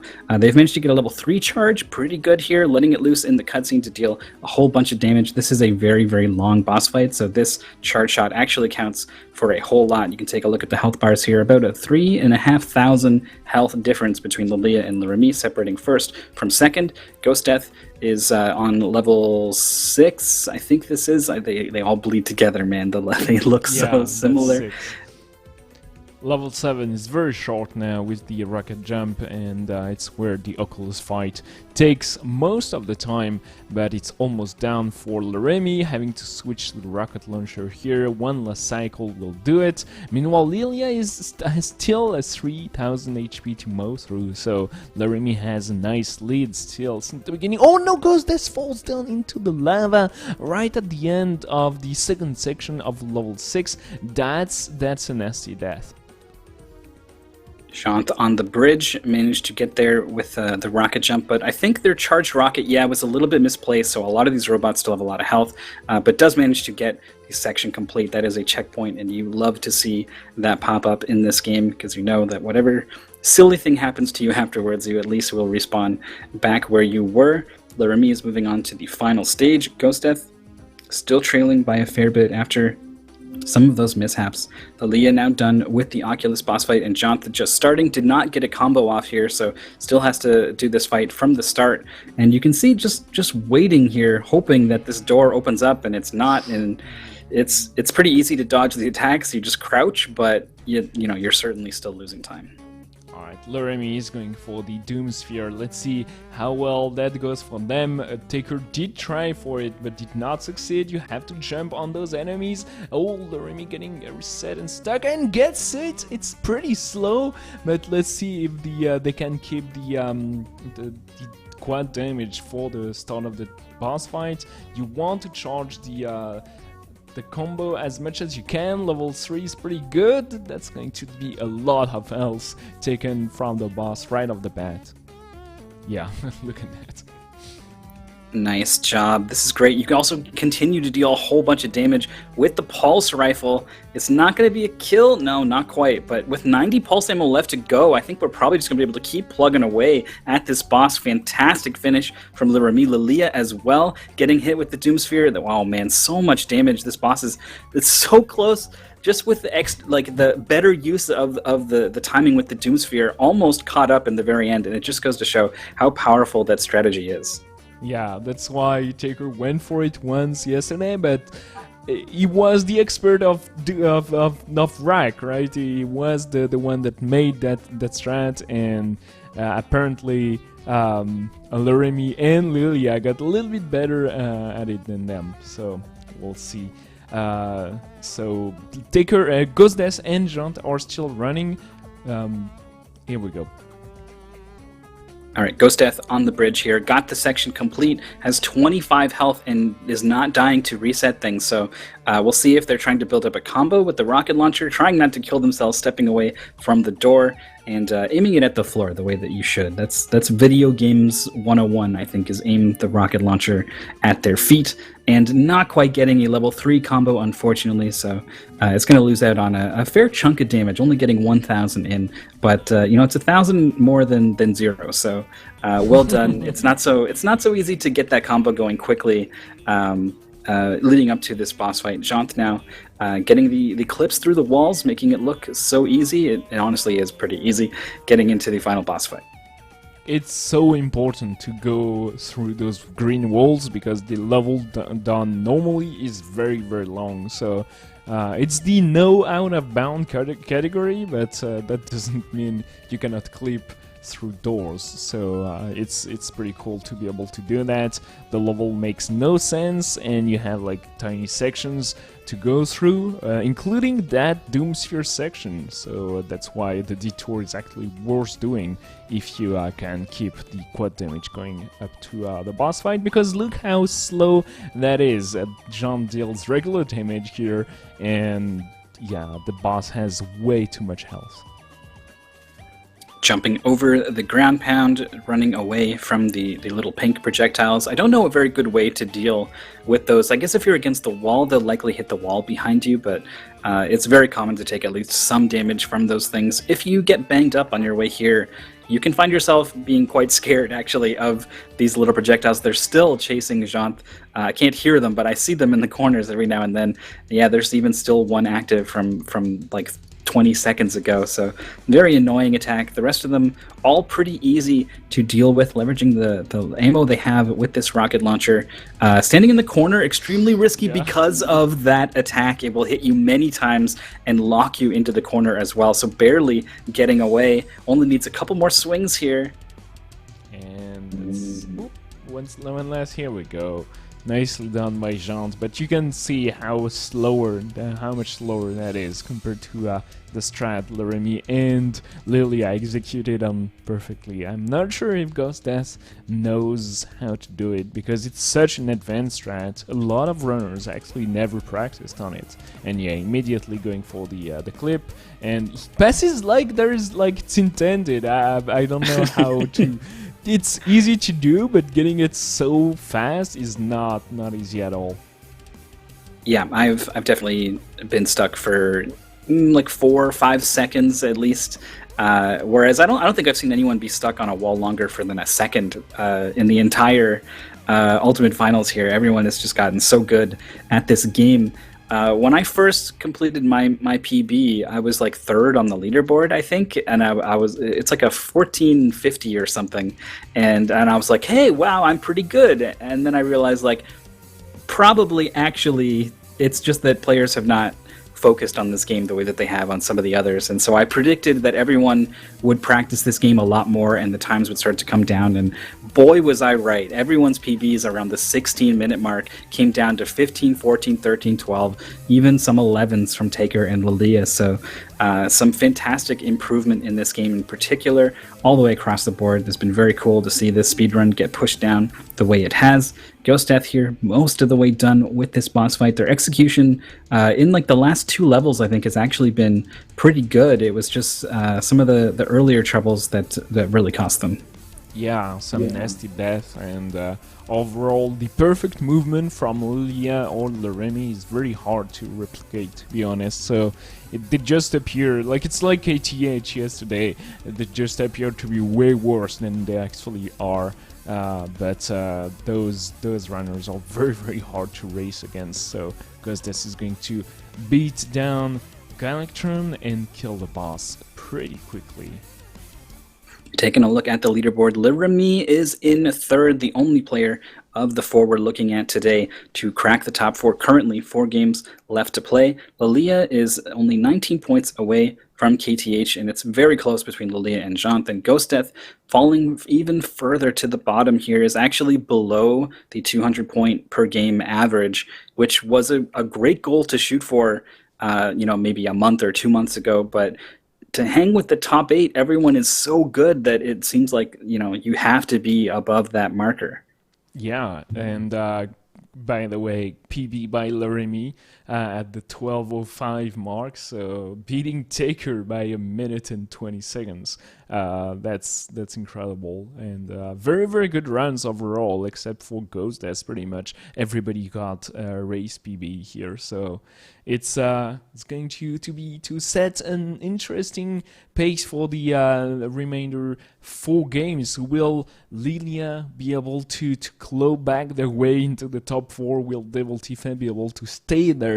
Leremy is nicely sit at 12:57, but Stifler and Taker, it feels like they're definitely making it and staying into top 4. But first, we're going to take a quick break, so be right back in about, I don't know, 10 minutes. So It's going to be epic for Neo Turf Master, Kirby, VVV, and the Messenger. I'm excited. We'll see you then.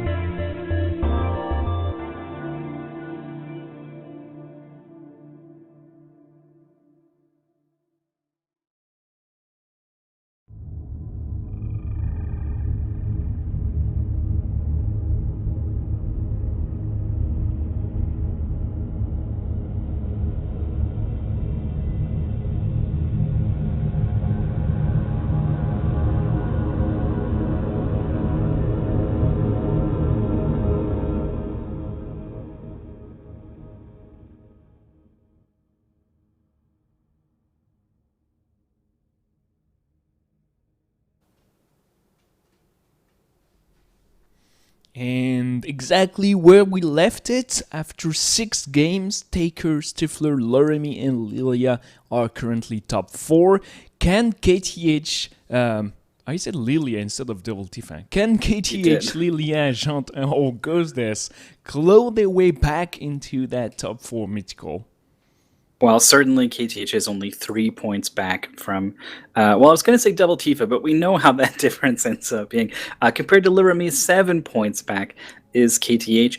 And also, I've been looking at some of the grand final times for these 4 players, and certainly Ghosteth had the best time in the Messenger, and Lilia had a decent Neo Turf Masters, but really these 4 games are generally a weakness for these next for the 4 players we're looking at today. So it's going to be really hard for anyone to move upwards on the leaderboard across these 4 games. But with a run as hectic as Neo Turf Masters, it's definitely possible, especially since we saw that there was a number of struggles for a lot of players yesterday.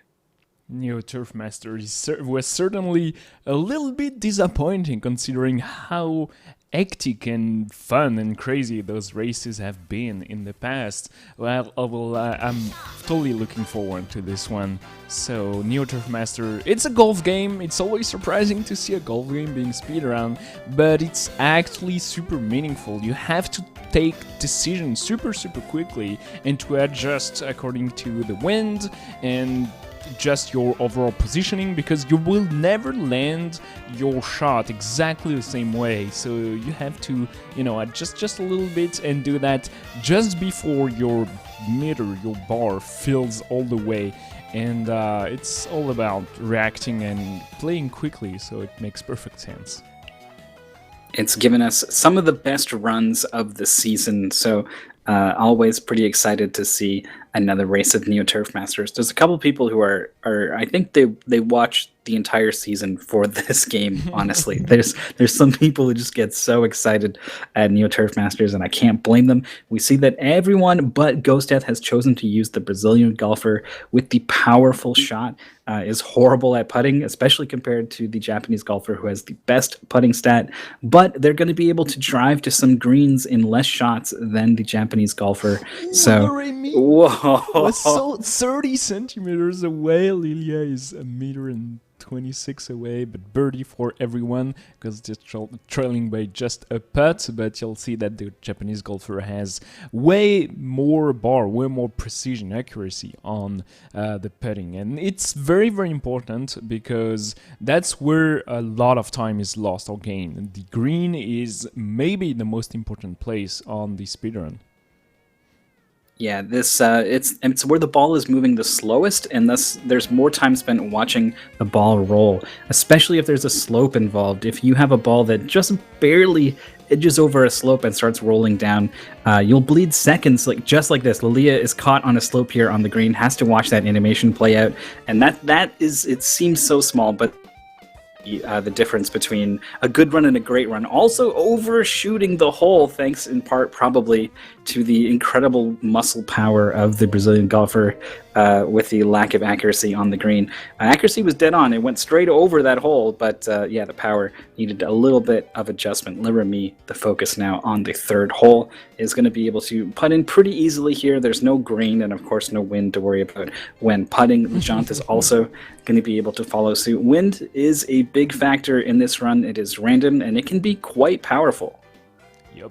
Oh, Ghostess being able to putt from the rough here directly into the hole. Nicely done. It's not so easy. Lirimian hole 4. Still no wind on both Jant or Lirimi's screen. That's pretty rare. Ghostess, same thing as well. And the hole 4 is pretty difficult, but you'll notice that the pin and the hole on the green is on different places. The green has always the same shape, but the hole placement and the grain is random. So that's another thing you have to adjust to. And when you're putting when you're golfing towards the green, the angle will always be straight dead on center on the green, but sometimes the pin is not on center and you have to adjust a little bit, so because you really want to land as close to the hole as possible when you land on the green. Leah's struggling a little bit, overhitting on their approach to the green, but with a really good chip back on and actually putting it in here. So a nice recovery on the 4th hole, but almost a full hole behind a lot of the other players. Putting for eagle is Lirami. It looks to be a very straightforward putt. This is the power of the Brazilian golfer. Out of bounds for Ghost Death approaching the green. This is a pretty difficult approach, especially if you're trying to power up there. The Brazilian golfer not quite able to make it happen, so laying it up and is just barely going to be on the fairway. Makes it a little bit easier to get up onto that hill. Jean, just barely missing a putt here on the 5th. So it looks like Lirami is going to be the leader by at least half a hole, maybe even a full one. If this goes in, it's very close. Oh my God. Very precise. Lirami does great so far. Oh, and but a little bit too strong. Sadly, the Brazilian golfer is such a bad bad putter. But the Brazilian golfer stat is all about strengths and driving, and everything else is at the bottom meter. Like it's pretty funny, but obviously that's what you want. Usually in speedrun, you don't pick like the guy that's good at everything. You just pick the guy that the character that's good at a single thing, like Mario Brothers 2 is especially good at that. Laramie misses a swing here. That's pretty rare. I'm not sure what has happened exactly, and lands in the heavy rough. So that's the opportunity for Lilia and Jean to catch up.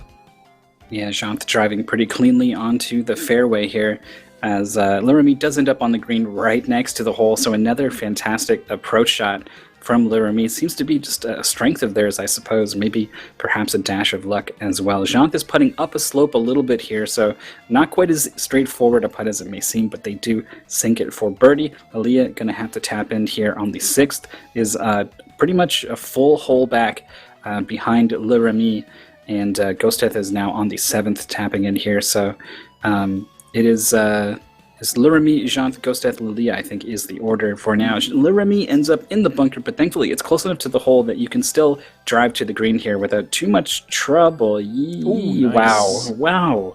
Bouncing against the pin. But look at Jean. Jean is on the green as well, so Jean is just one putt away. It's not the easiest putt, but Jean should be able to make it. Yeah, no problem. Eagle. I love how excited the golfer is for the eagle. Just fully extended arm, mouth, just the eyebrows down. Like, is he just doing like a oh? I don't know, but it's. I love the expressive faces in this game. It's you need a little bit of something, I think, to make a game want you to keep speedrunning it. It's just if it's got like some good music or it's good sprites, it's definitely part of what I love about this game. Jean with another difficult putt, and this one is going to be just a little bit too short. When you're less than a meter away, you just mash your A button and it's going to get your first meter and land in the hole. So you need to be able to do those and be pretty precise. Hole 9 for Ghosteth on the green, hole 10 for Laramie, one entire hole ahead. And Jean is going to drive for it, but yeah, Laramie seems to be saving time everywhere. I'm not sure exactly what he's doing, but that certainly works well for them. Lilia sinks a short but extremely difficult putt on a slope. The backspin for Jean, I thought it was going to put them perfectly on top of the hill, but it kept going, rolling all the way down and indeed off the green. So having to putt from the fairway up the hill, a little bit off to the left, but pretty well done. It's you don't really expect to be able to putt into the hole from off the green. The Ghosteth certainly did seem to pull it off. Generally, you're just trying to get as close as possible. Lilia lips out again. These little things add up, and that's part of the reason why Lilia is as far behind as they are right now. Jean teeing up on the 11th, Laramie already on the hole, and Ghosteth one hole behind them, just sinking in on the 10th. Kind of nice synchronization going on the left. Yeah, we did not see live any hole-in-one, sadly. It's never happened. It has happened for some runners during their runs, but never seen those on a tournament. Jean, with a very difficult putt, is going to be just a little bit too short for that eagle on hole 11, meanwhile Laramie is driving towards the green on hole 12. Those are pretty straightforward, like the series 11, 12, 13 is not the worst. The difficulties, the pace takes up just after that. So 14, 15, 16 certainly are difficult courses, and we'll see how well that goes for the players. Ghosteth misses the putt here, we'll have to go for the par, and Laramie still seems to be untouchable. Nice drive with the Brazilian golfer. You can land directly on the green here and go for an eagle. This putt looks pretty good. The green and the slope acting to push the ball just a little bit too fast, and lips out there. Going to have to get the birdie, but that is still, pretty acceptable. Oh, Ghosteth not quite getting the angle or the power. I'm not sure what went wrong. It's probably the 8-mile-an-hour wind. Well, maybe it's meters per second. I can't remember. We figured this out at some point, and I've forgotten. But whatever it is, it's very strong. 8 is a high number. It goes up to like I think 10 or 11 is, I think 13 actually is the worst I've seen, but 8 will really start to make an impact on your shot. Like you can see here, out of bounds now on this next shot. Lilia missing that putt. It would have been pretty close to Ghost Death if it had gone in. The players are so spread out. They are on the 11th, 12th, 13th, and 14th holes. This is unusual. We've seen very close races in Neo Turf Master during the season, and I'm surprised to see Ghost Death fall behind so much here. Lilia is driving towards the green on the hole 12, and meanwhile Remy is already on the fairway in the middle of hole 15 here. This one is not so easy because you really need to land on that tiny bit of fairway, or you will have a very difficult time to come onto the green. Landing on the heavy rough here because of the wind, I think, and Laramie is finally on the green, putting difficult one with the slope and not getting it.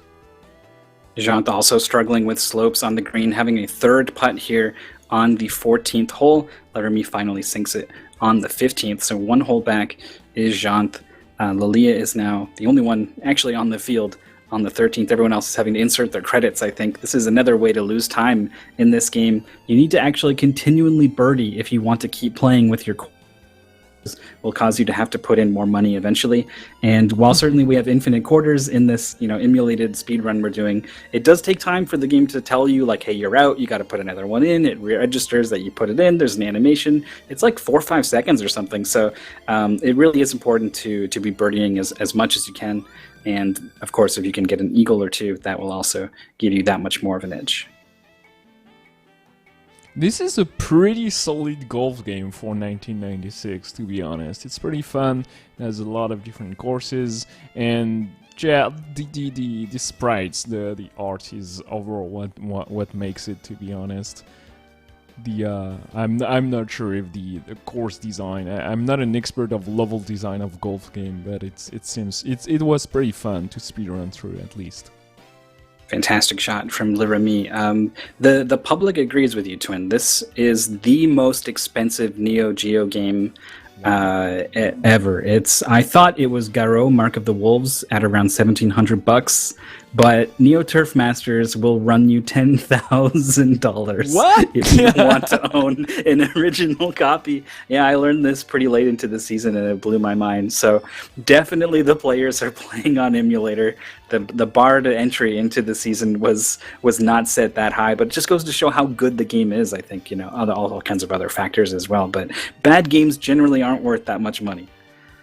Yeah, or very rare game, but it was not. It was fairly popular on arcade and on the Neo Geo. So, yep, I guess lots of people want to play Neo Turf Master, and thank God for emulation. Or that would be the most expensive game we've ever had on in the UD, I think, because overall the Game Boy or NES games can be found for pretty cheap. Jant curving out on the 17th there. Laramie way ahead of the competition, already done, is chilling out in the clubhouse with an iced tea, just with their feet up, pretty happy with their performance, and they should be. A fantastic run. Jant here is finishing up on the 17th and is teeing off on the 18th with 12:20 on the clock. If this goes well, they should be around 13 minutes, which is a fairly solid time, but out of bounds on the first shot. So difficult to get on the fairway, and the out of bounds area is just so close to the fairway. Lilia. Second shot, oh, it's too far. Lilia is only on the 17th hole. What has happened to them? It's they were with them all, and Jant is not going to make it. The end of that Neo Turf Master run is a disaster for the runners here. They're losing a lot of time, and Ghost Death is actually passing Jant apparently here. Yeah, the last few holes have not been kind to Jant. Is it finally going to stick up on this top of the hill? It is. But not before Ghost Death has already got there and is chipped away onto the green. A difficult downslope putt for Ghost Death. Lilia as bogeyed out of, I think that was the 17th, so onto the final hole for Lilia. 13:20 is like I thought this was a good race time until everyone showed me better from these top players, right? Like, when we first started doing tournaments for this game, this would have been average, probably. But it's decidedly not. We're hoping for sub 13 times at least to make a go of it here in top 8, and a lot of people falling short. Nicely done by the players, but Jant and Lilia actually got race PBs, so maybe that was better than expected for some of them. Leremy still in the 3rd place, and Jant and Lilia really trying to do their best to catch up to that 5th and 4th place, but it seems like it's getting harder and harder, and Kirby is one of those games where it went very well yesterday. A lot of very good RNG for Double Tifa, Taker, KTH, and Stifler. So we'll see how well that goes for the player. It's not too difficult of a game, but it's very, very hard to optimize. And the sub 12 times were fairly rare during the season. Yeah, I mean, if you really want to talk about optimizing this game, you're talking about complete control over RNG. That is an extreme level of dedication required to master that. So definitely out of the reach of our players, who have had this game and 9 others to contend with for just a period of about 4 months. So they're definitely not going to be manipulating RNG, and that means they're kind of at the mercy of it a little bit. But even if it doesn't go your way, you can still execute as best as you can given what the game gives you, and still post some pretty good times. I think probably to get under that 12-minute mark, you're going to need a little bit of help from the RNG, certainly, but it always makes for an entertaining race, to be sure, especially just because it's such a lovely game. As soon as I hear the music now starting, just some little part of my brain that makes me happy lights up. I'm sure if someone was looking at it in an MRI. We're off and running, and some lag manipulation happening right away on this first screen.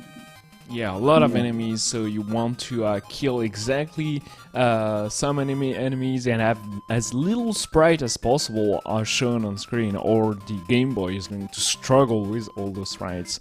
Poppy Burst Senior is the first instance of RNG. The first 2 bombs are going to be exactly the same, but the 3rd one can be either up or low or not show like on the Remy screen, so he's going to lose a little bit of time, not much though. The second part here is exactly the same as the first one. Lots of enemies, and it's not easy to navigate perfectly, taking intentional damage for some of the players. Leremy decides to play very safe so far. Moving into this final ascent before the end of Wispy Woods. Is the woods Wispy Woods, or is the boss Wispy Woods, or are they both? Either way, Jant into the boss fight now against the tree, what is going to drop some apples in sets of 3, and has 6 health, so if you don't miss any, then you will just need 2 phases. You will randomly get a number of breaths in between, so you're hoping for none, and you really don't want to mess up with one of these apples. We have seen even top players get bonked on the head, losing the apple, needing a whole nother cycle. It's definitely not the worst thing that can happen to you RNG-wise or skill-wise, but it is at least a little bit of a concern. Not completely free, but certainly close to it on this first boss, moving on to level 2. No curry yesterday on Castle of Lololo. We'll see if anyone goes for it. We said yesterday that Mollyman was the one runner that made it totally work. We'll see if anyone goes for it. First, we have to defeat the mini-boss. It's going to be Lololo only. I'm not sure if what Lolo does, if he's moving, but he's pushing a lot of crates, and we're going to use that to just destroy him. Yeah, if he was just alone, we'd be totally helpless. But he brings out the boxes every time. Very helpful. Looks like Jant not going to be grabbing the curry. I don't know if we're going to see any of it, but up in that door is a power-up that will let Kirby spit fire. It doesn't last very long, so you have to run like crazy to use it on the boss of the level. And the optimization required to get there in time and defeat the boss with the power-up is such that many expert runners of the game recommended that beginners don't do it. So a lot of the UD runners had that sort of information to go off of, and still decided to try it or experiment. And Molaman actually had some pretty good success with it. Even if you don't completely kill the boss, you can kind of break even if you at least get 3 shots. So it was worthwhile for them, but it looks like no one else, not yesterday nor today, is going to be going with that strat. Nice job by everyone so far executing. Ghost Death in an awkward situation where they have a box. Oh, they could have maybe got the double there.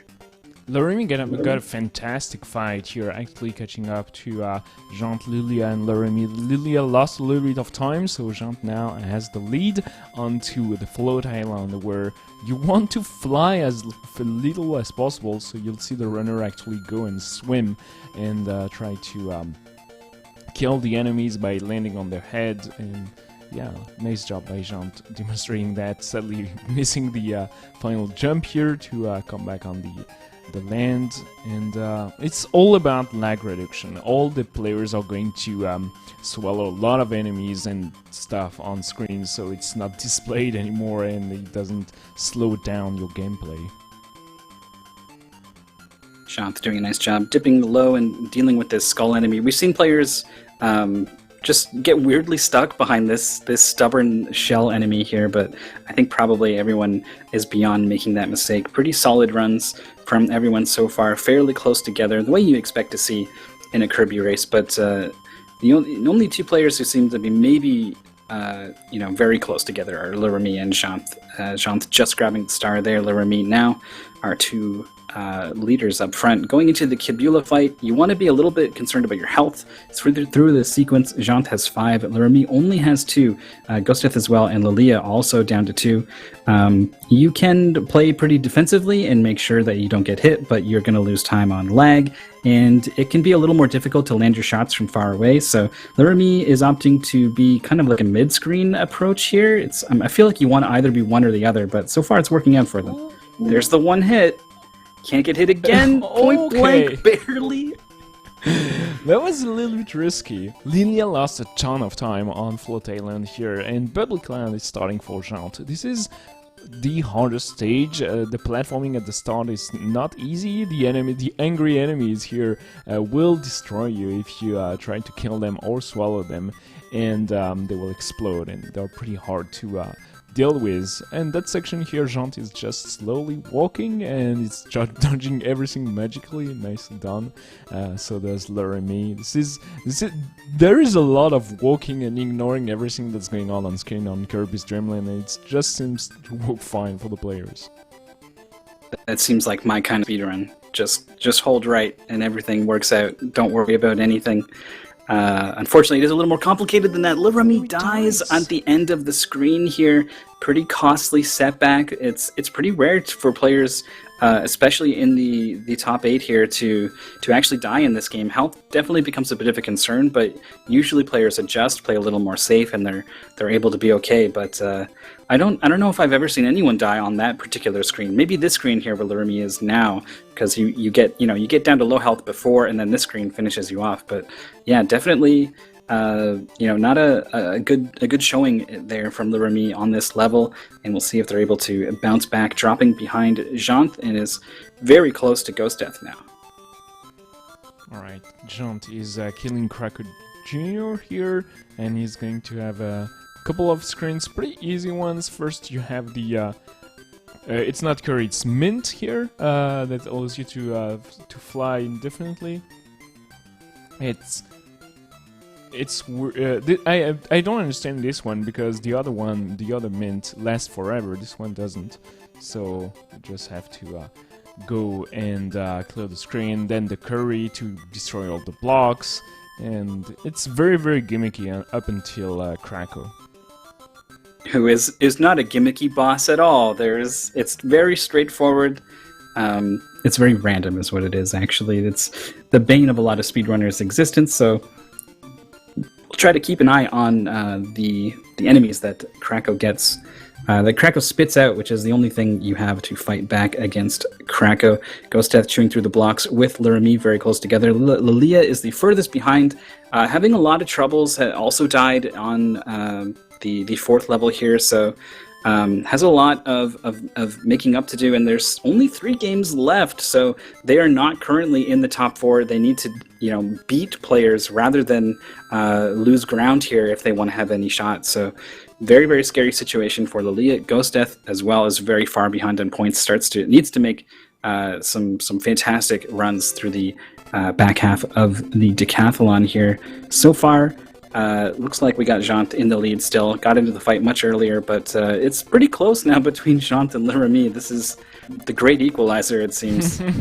Yeah, Laramie is having very, very good RNG so far, and he's almost done. He's following the wait with an enemy in your mouth superstition train, apparently. I love that. And Ghost Death finishes as well. Very, very good show. Krakow being nice to the players here. Mandididi starts on Jean's screen. So this is a boss rush, which you go through a very, very tiny level plus the boss fight.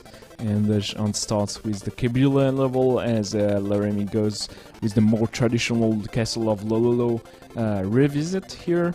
And each tiny level will end with a clone of Kirby that you touch and it destroys the spiky enemy. I don't understand the gimmick here, but what's important is to lose as little health as possible because there is no refill in Mount DD, and to try to save some cycles on those bosses if possible.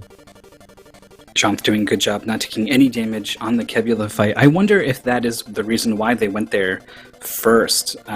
Most players will go left. I'm not sure if it's because Kirby starts a little further to the left after the cutscene, or if it's just, that's what everyone else does, so I'm going to do it. But either way, Jant maybe now knows how much health they have to work with, having done Kebula first, rather than having to maybe play it really safe at low health later. So to Lololo, Lilia is weird as hell. Lilia is fighting Lololo and La. Boy, I don't know how I got those words out correctly, but let's not reflect too much on my verbal prowess and get back into things. Laramie on the Krakow fight needs 2 more hits to go. Ghost Death is doing Wispy Woods, and Jant is maybe going to go for something here. Yeah, you want to take a hit so you can actually damage boost through the enemy and take the door without killing anyone, saving a little bit of time, because this is not going to go for that. I'm going to go for the safer approach of killing everybody. Meanwhile, Laramie enters the Wispy Wood fight. Let's see how Krakow treats Jant now. Krakow has been pretty nice so far, and apparently it's the trend keeps going. Yep, very nice RNG. Lilia has got 2 hits in. Ghost Death just getting their second now. Jant's RNG has been very good this second time around. Just needs 1 more. Of course, gets the beams as soon as I pointed out. You're hoping for enemies you can get beams or swoops. I feel like the chances of both are even. So, and generally you will see sort of like an enemy swoop beam in equal parts throughout the fight. But you could get blessed with the 6 all in a row.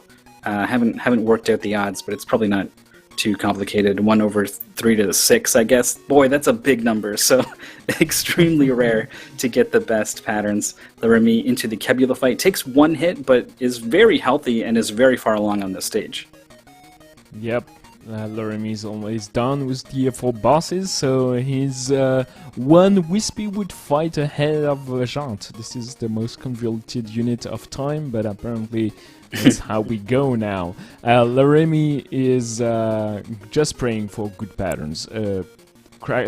DDD has 5 different attacks, and he will decide which one he goes for, and you can just pray for those hammer or those jumps to land and to... Yep, so far so good.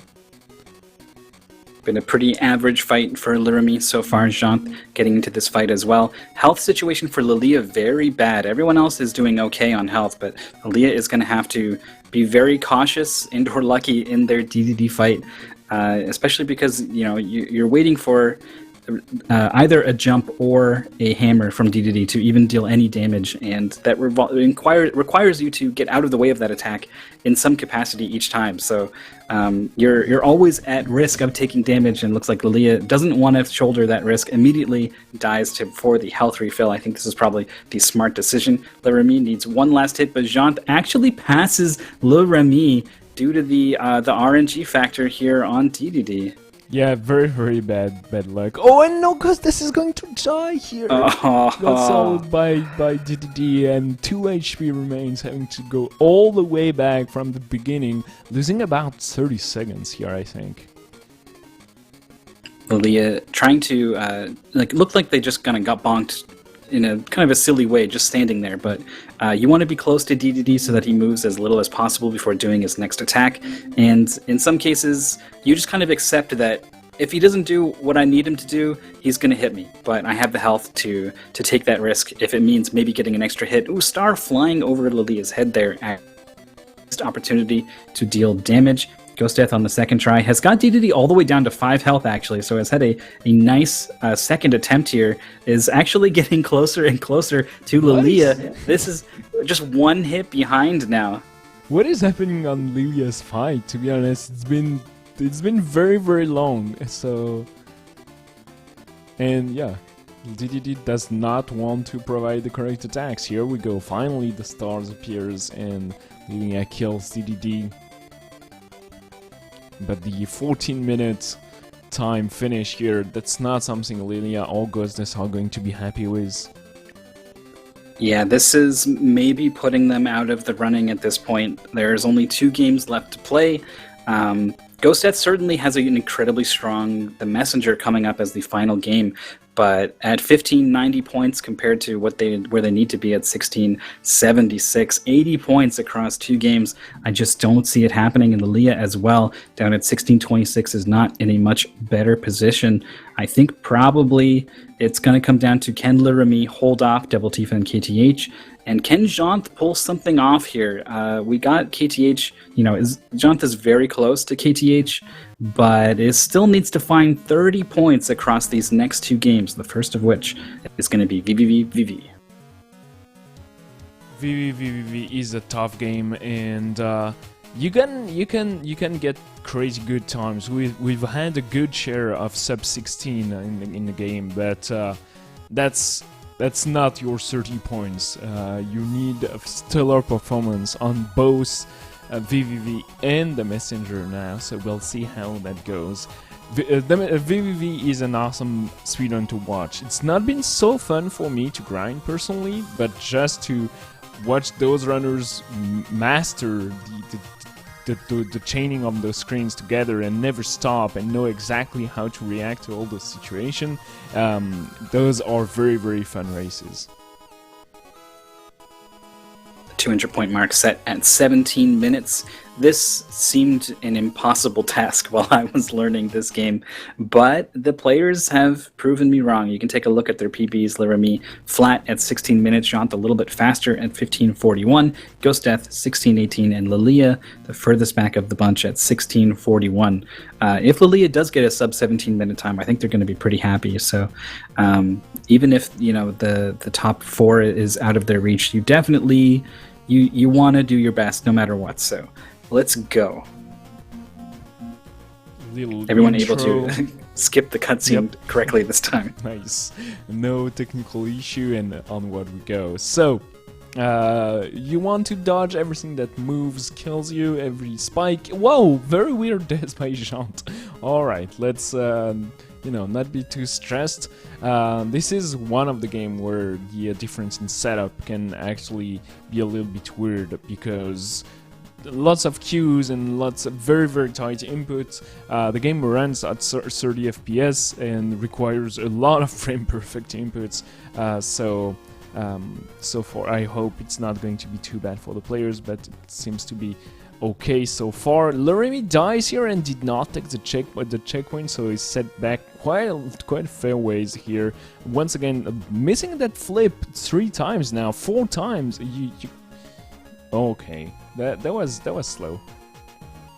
Yep, has dropped back quite a ways here in this first intro section. That's, wow, another weird death from Lermy getting caught on that spike. Jant here flipping over.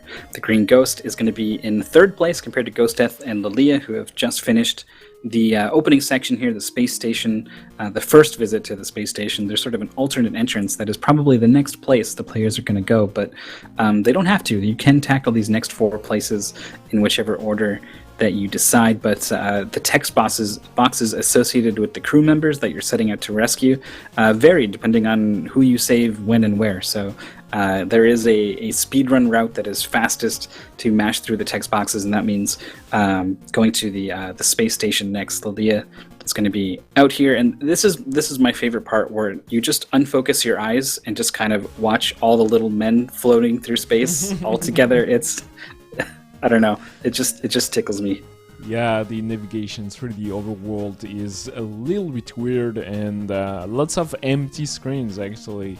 And you're lucky when you play casually to find that entrance actually. But Lilia gets there, and is going to have to work their way through those conveyor belts. There's a trinket on the way. Everybody's picking that at that point. It's just faster. And the V room here is a little bit difficult. Lots of death has happened here. Jant is almost catching up to Lilia now. Lermy is a little bit behind, but it's Ghost that's on the lead right now. Just 1 screen ahead of Jant, and maybe half a screen ahead of Lilia. Well, I guess it depends on the length of the screen. That was a much longer one. Oh, Lilia getting bonked on the head by the spike there, so actually dropping down to third now. Jant, after a couple of weird things going on very early on, seems to have recovered a little bit, except they died on this screen that is normally very straightforward as long as you don't stop. So everyone with a couple of weird errors. It is getting pretty late into the run now. You have to start thinking about your sort of mental stamina and maintaining focus for this long, especially because this was played live. There were people watching you play, a whole sea of faces and eyes all perhaps on you and all of your mistakes, and oh no, you start to think about these things and you can't. You have to focus. Yep, certainly, especially in VVV, with Jant being so close behind Ghost Death now, Lilia and Lermy in sync now, so Lermy did great on the space station too, actually, yeah, exactly, pixel perfect, same as on the top of the screen, so it's we have 2 races developing. If you like close races, keep your eyes on a single line. Nicely done by Jant, reaching shenanigan pretty quickly. Meanwhile, Ghost Death dies and is dropping back exactly in sync with Lermy now. Just kind of went from horizontally synced to vertically synced all of a sudden with 1 death. That just goes to show how close this race is. Everyone on the same screen all at once. This has not happened very often in VVV. I think it's the kind of game that is maybe a bit polarizing. Some people take to it very well and some people don't, because yeah, we have very few of our races have been as close as this is right now. Very fun to watch. Moving on to the second section now, of course navigating through a lot of this empty space first, but it is going to be the tower. The tower is an auto-scroller. It's pretty long, and it's there's almost nothing to optimize, so you just have to stay focused and not die, which is easier said than done, obviously. But Jant is going to be the first to get there. Then we're going to have Ghost Death, Lilia, and Lermy. Oh my goodness, the sync on the right side. It's scrolling from the top screen to the bottom screen. The colors are a little off, but I'll take it. Very, very fun to watch this happening. I'm trying to see what's going on the left side. Not quite. It looks like Lermy is needs to go a little fast. Ooh, I thought maybe they were going for the checkpoint skip. I'm not sure what it's called because I haven't had to talk about it because no one has gone for it in a long time. It is very difficult getting to the checkpoint and then dying on the spikes that appear, so that you kind of get reset to the checkpoint you just hit. The screen will actually scroll forwards to catch up to you, and it's the screen does pause while you die, but it can be worth it, but only if done extremely well. And it's in fact it has to be done so well that many players have shied away from incorporating this into their run. I love the tower when it's in sync like that. It's just so fun to watch. It's fairly good on both sides of the screen. It's almost perfect on Jant and Lilia, and very close on Luremy and Ghostess. It's you just have one giant screen for a moment, and it's and they're both in it together, moving around in the same. Oh, Jant has died and ruined it on the right side. Oh. Well, we still have the left side. Ghosteth going to be the first one out of the tower, followed very closely behind by Lilia and then Luremy, and Jant after that death going to be bringing up the rear. Jant was first entering the tower, takes a single death and is dropped all the way to the 4th place. It's very close between all 4 players. We are halfway through the game stage-wise, and it's time for our first intermission here. So we saved Vermilion and we're lost in a weird space, and Vermilion is only going to follow us when we have our feet on the ground, and you use that. It's a little puzzly part. You have to make it through alive with both characters, and if you know exactly what you're doing, you can go pretty fast. But those rooms are very difficult. Do as I say, not as I do, are very important. So we'll see what the players chooses to do. Don't be afraid, it's very tricky because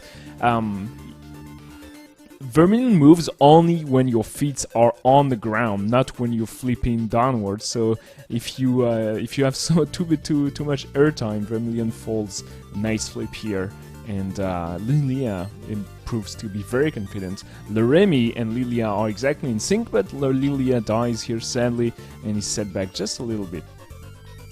Very good intermission overall so far, as it was yesterday actually. So everyone doing a really good job with one of the toughest sections of the run. Really fun to watch everyone doing this back and forth screen in this spiral. Luremy going to be the first one out of this section as the screen wipes. Jant going to be in second. Very close behind is Lilia in third, then Ghosteth in fourth. This is so close that one death could absolutely still drop you from first to fourth. The players are going to be moving on to the warp zone next. This is I don't know if for these players if this is maybe the toughest zone, because it's the toughest part about it is the memorization. None of the screens in this game flow together very well, but it is especially the case in the warp zone, where sometimes the first thing you need to do as you enter a new screen is go back the way you came. So very unintuitive, very taxing on memory. So as new players, this was very tough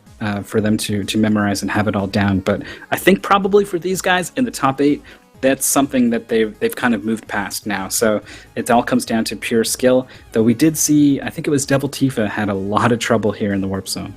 Yeah, died on I Love You, and that's why I have to kill you. Those 2 rooms are with cycles that are pretty evil, so we'll see how all that goes for all players. They're very close together, so I hope it stayed that way. That would show how much they've worked on the game, because to me the warp zone is the one zone you cannot improvise on at all. If you have not practiced, if you have not find your visual cues and setups, you are going to lose a lot of time. So far, no changing in order. Jant, I think, died there just a little bit. Dropping back just a little bit. Ghosteth still in fourth here. Jant doing a really good job first try on this room with the red triangles. You need to do some pretty tricky timing as soon as you enter the room. It looks like Lilia and Ghosteth both dying on this room. Luremy is often running through the warp zone onto this really annoying flashing and screen shaking section every time you touch the portal, but is not letting that phase them. They are moving really well through the end of the warp zone. Yeah, you have the option to remove those flashes. Lilia did that, I think Ghostness as well, but apparently I Love You is very difficult to a lot of runners these days, and Luremy is finally making it. That's why I Have to Kill You is probably the hardest room for a lot of people, except for the intermission here. But Ghostness has caught up to Luremy. Jant is in first place, and it's Lilia that has set back quite a bit in the warp zone, but apparently going through still strong in That's Why I Have to Kill You. Yeah, first try through those difficult rooms, exactly what they needed to keep pace with the other runners who are basically in sync. Gonna have to contend with the Gravitron, probably the most infamous part of this game. 60 seconds locked between these two lines. They automatically flip you when you touch them, so all you can do is move left and right and dodge these waffles. I'm not sure what the square objects. They're absolutely UFOs. deadly. Yeah, sure. We'll go with that. But the Gravitron is... Oh, killing Jant. First death here. Ghostness dies as well to the 45-second mark is where it's at apparently.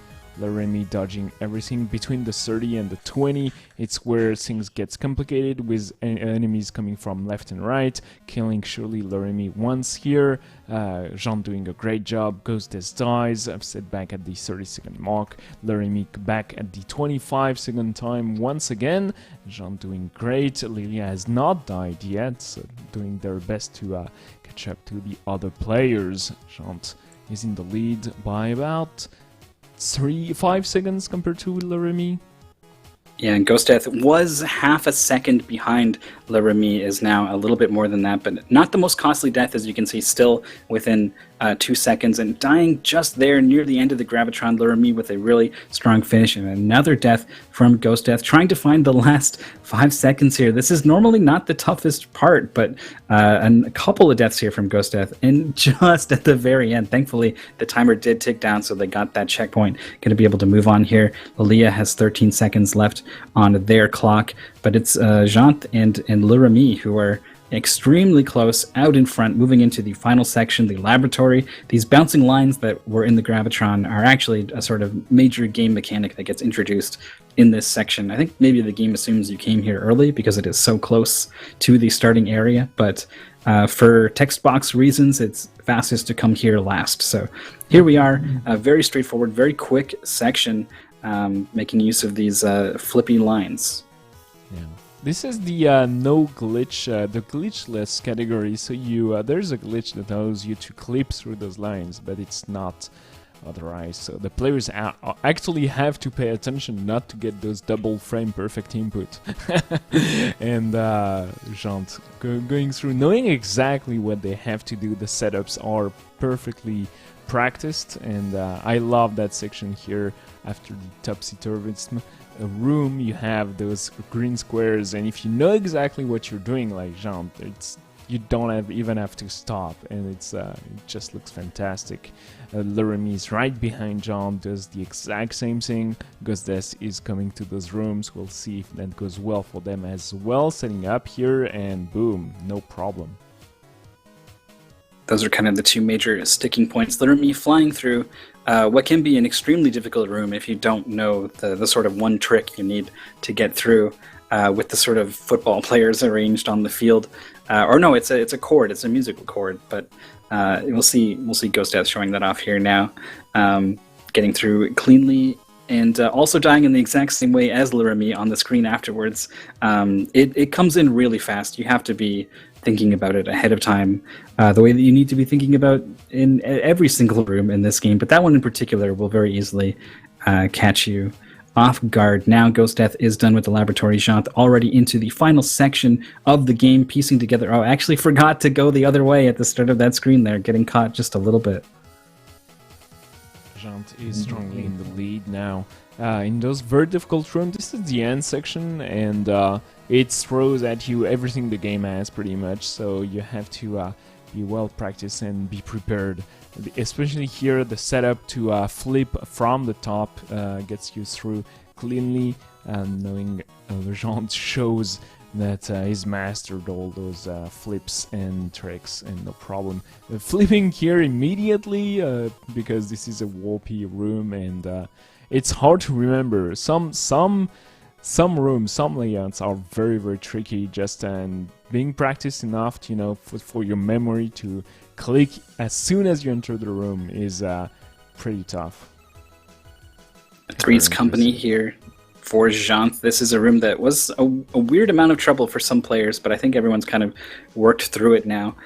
maybe are approaching that room with a little more thought than just kind of tapping the flip button, slipping a little bit on these platforms, but not too costly of a whoa, what a weird death. Oh, flipping again after touching the ground, getting set back there and then getting caught on that little spike is also pretty common. It's late into the run, right? It's late into the decathlon. This is many hours in at this point. I think probably this is the only reason that Jant is making these sorts of mistakes here late into the run. Yeah, the UD is pushing the players to their limits, to be honest. 3 hours of a run, it's like the Big 20 or the Space 16. At some point, it's more like of the marathon that the individual game you have to practice. But UD pushes those games and very, very deep. Like, those players are close to some of the best runners on each single game. So going for those performances live like that is very, very impressive. And yeah, I would totally understand that some of those mistakes would be totally avoided if you were not to run those 10 games in a row. But 16:30 for Jant, 4 seconds ahead of Lauremi. Very, very nice. 820 flips for Lauremi, 799 for Jant, and because this is done in about 17 minutes, I'd say. Yeah, we'll take a look. 16:54 actually is the time, so getting under that 17-minute mark, and I'd be pretty happy with that time, I think, in a race. Lilia, if assuming everything is all synced up, probably not going to be shy of that 17-minute mark, but is pretty close onto the final section here, the panic room. We need to land on this one little block as soon as it scrolls up, and then be careful of that one spike. I have died on that spike in the next room, actually. But the final challenge has this one part, starting from this checkpoint right here, actually, that is quite difficult, and it does catch Lilia. Those spikes have killed a lot of players. I feel like those runners have died on every single spike on the previous screen. Here, not so much, and finally Lilia is done. That was those runs were synced up for the longest time, and Lilia fell back right after during the warp zone, actually. And even if Lauremi had some weird deaths, they managed to stay close to Jant, and in the end, Lilia and Gosdes are going to lose a lot of time here compared to the top 4. Yeah, they need 57 points, does Lilia, to crack the top 4 currently.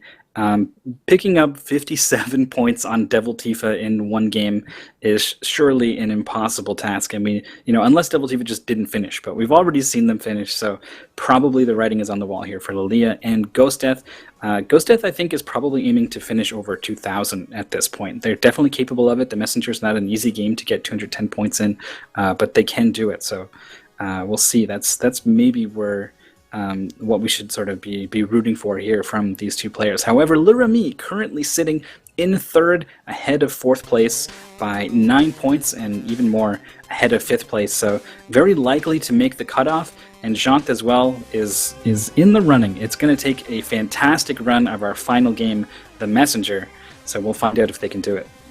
Lauremi's decathlon so far is very, very impressive. They were 9s on the qualifier to get there. They're not even top 8 technically entering the ultimate final, and apparently they're on the top 3 of UT7 now, so it's very, very well done by them to get and to maybe qualify here.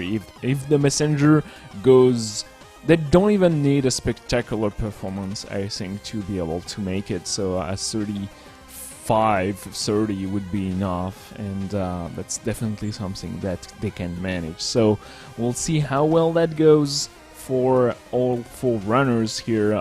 The Messenger is one of the most enjoyed speedrun by a lot of players. Like, the game is super fun and it's very, very satisfying to run through. So a lot of people have put a ton of time speedrunning this game.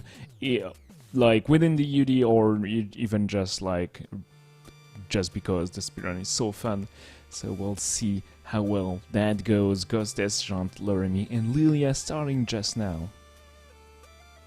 The Messenger is a game that does something that not a lot of games manage, and it's creating a sense of flow from one action to another, all chaining together to finish entire screens in one fluid motion. And I think it's largely thanks to the wonderful cloud step mechanic. You get an introduction to it here in this first section. Anytime you slash something in the air, you get a little cloud under your feet that lets you jump in midair, and you can refresh that by slashing something else. So as long as there's always something for you to jump to and slash, you can continue ascending and jumping through the air, and that alone creates a wonderful just feeling of flying and slashing and going all over the place.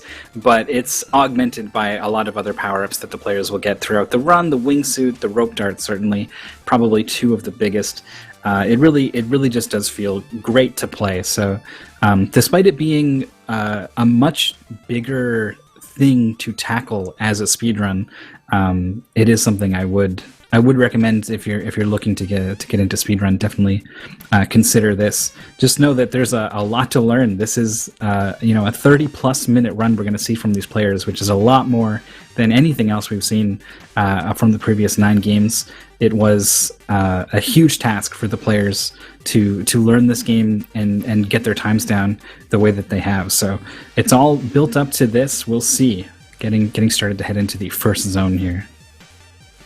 The intro is done, the world is on fire, and we are the messenger getting ready to go all around the world to deliver the message. But first, in the first world, we'll see the enemies and overall the intro to all the movement, the cloud step, making taking all of their sense. Like it's all about that jumping and double jumping and all the flow.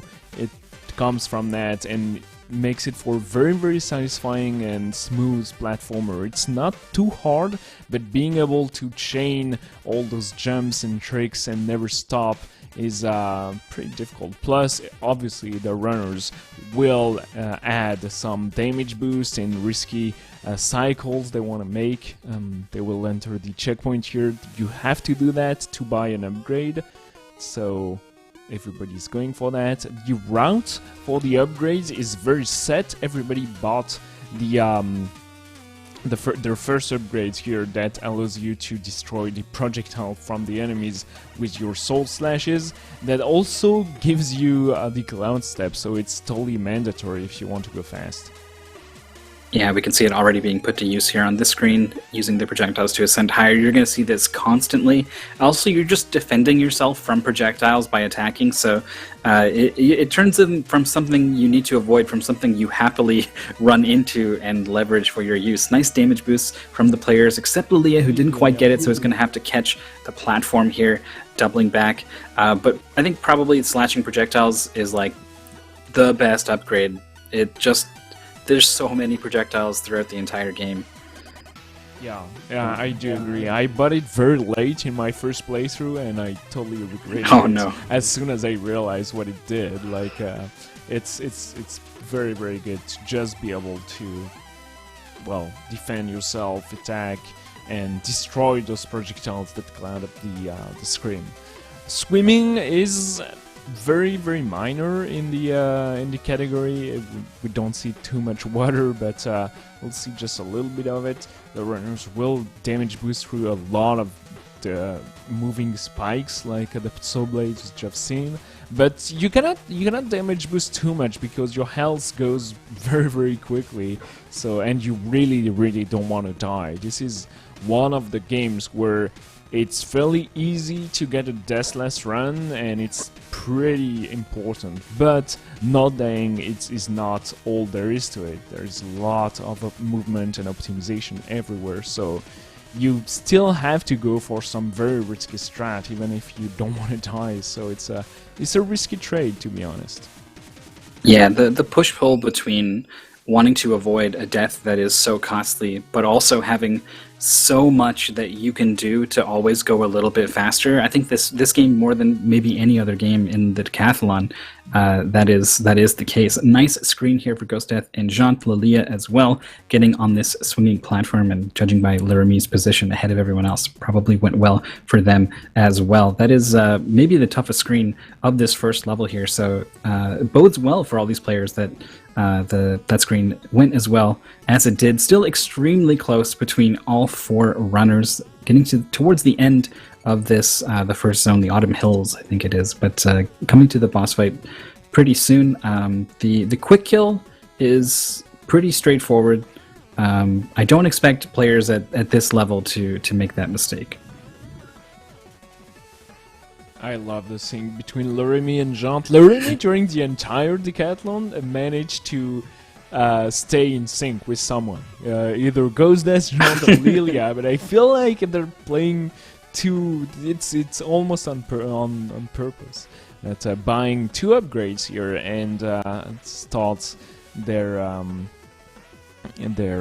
boss fights. Very straightforward. You try to one cycle by using the shurikens, and you have to remember to keep on slashing, so you deal as much damage as you can. But here we go, should be done for all players. Quick kill successful for 3 out of 4 so far. Lilia, the last one, and looks like they're good as well.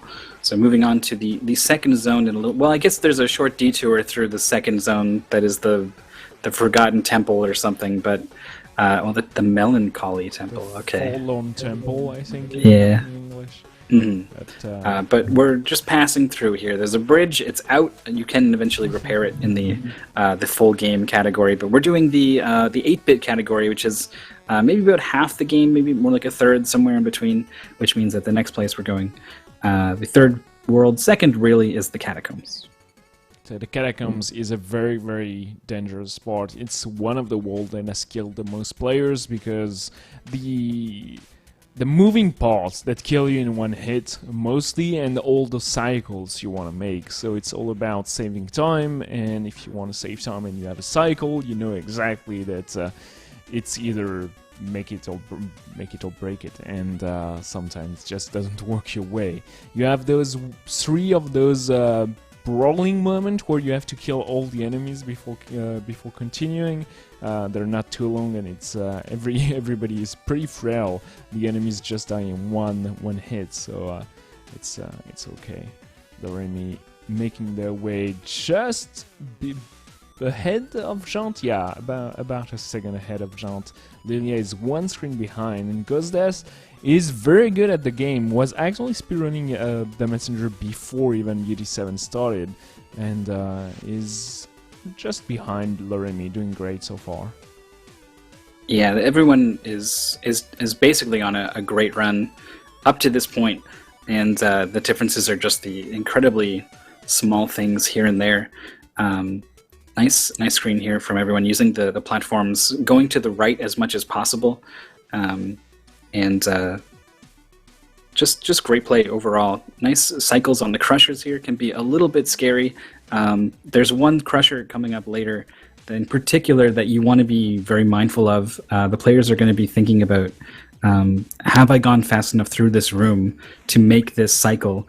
And it's only your intuition that you have to guide you, because as soon as you get to the top, the thing is completely still. So you have no idea if it just finished or if it's been waiting for a while and is ready to crush you as you go. So being mindful of cycles here in the Catacombs is pretty important, but especially I think later on in the Tower of Time, where everything is on a cycle. Jant and Loremi still in sync. Going for the RNG and the kill with the shuriken. Loremi does that great, but Jant had a better spawn. Those enemies, those mages, are literally the worst enemy in the category. It's their movement is random and they will get you sometimes, especially in the Tower of Time.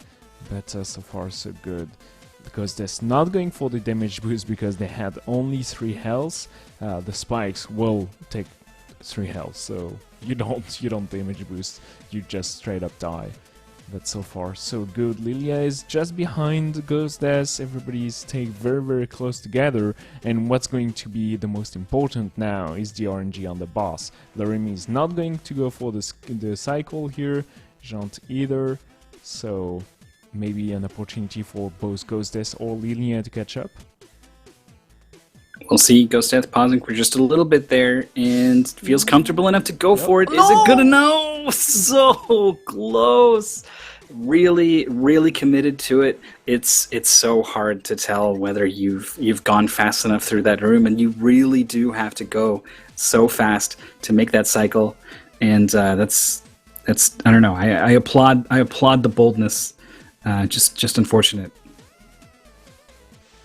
All right, Truxton is almost dead on both Laramie and Jean's screen. A good RNG for both of the players. Oh, and Jean did not get enough hits apparently. Weird. Shuriken's not quite getting it done either. Had one left to knock the boss off the platform a little bit earlier, finishing him on the ground. Lilia also in this fight now.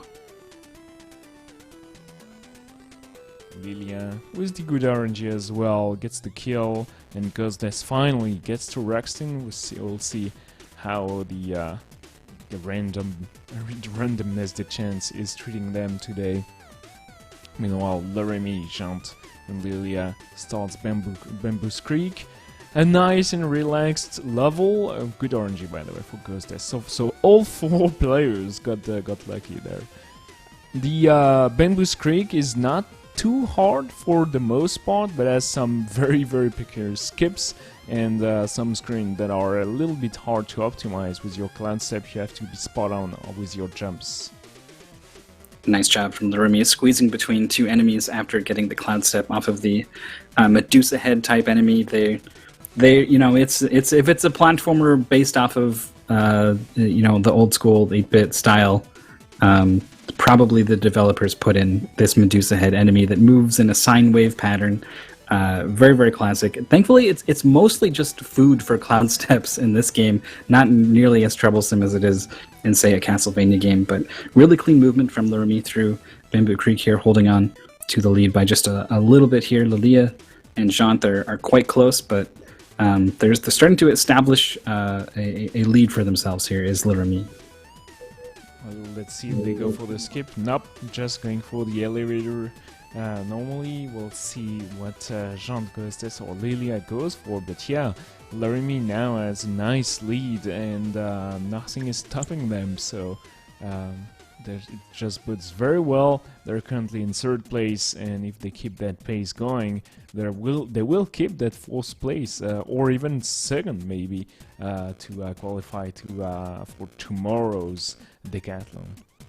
Troubles for Jean. 2 deaths now. One putting them low on health, which means that the spikes become 1-hit kills, and this room here that they're in did not go so well for them for the first time through. Ghostdeath as well dying in this room. I was about to say Ghostdeath had caught up, but unfortunately sent back to that checkpoint. So Laramie out in front by a fair bit, 30 seconds or something over Lilia. Another 30 seconds separating Lilia from Jean, and then maybe another 20 for Ghostdeath. So the players starting to spread out a little bit through this Bamboo Creek area, heading into the next area. There's no boss here, so you just kind of waltz on through into the Howling Grotto, where we're going to get a very cool upgrade in the wingsuit.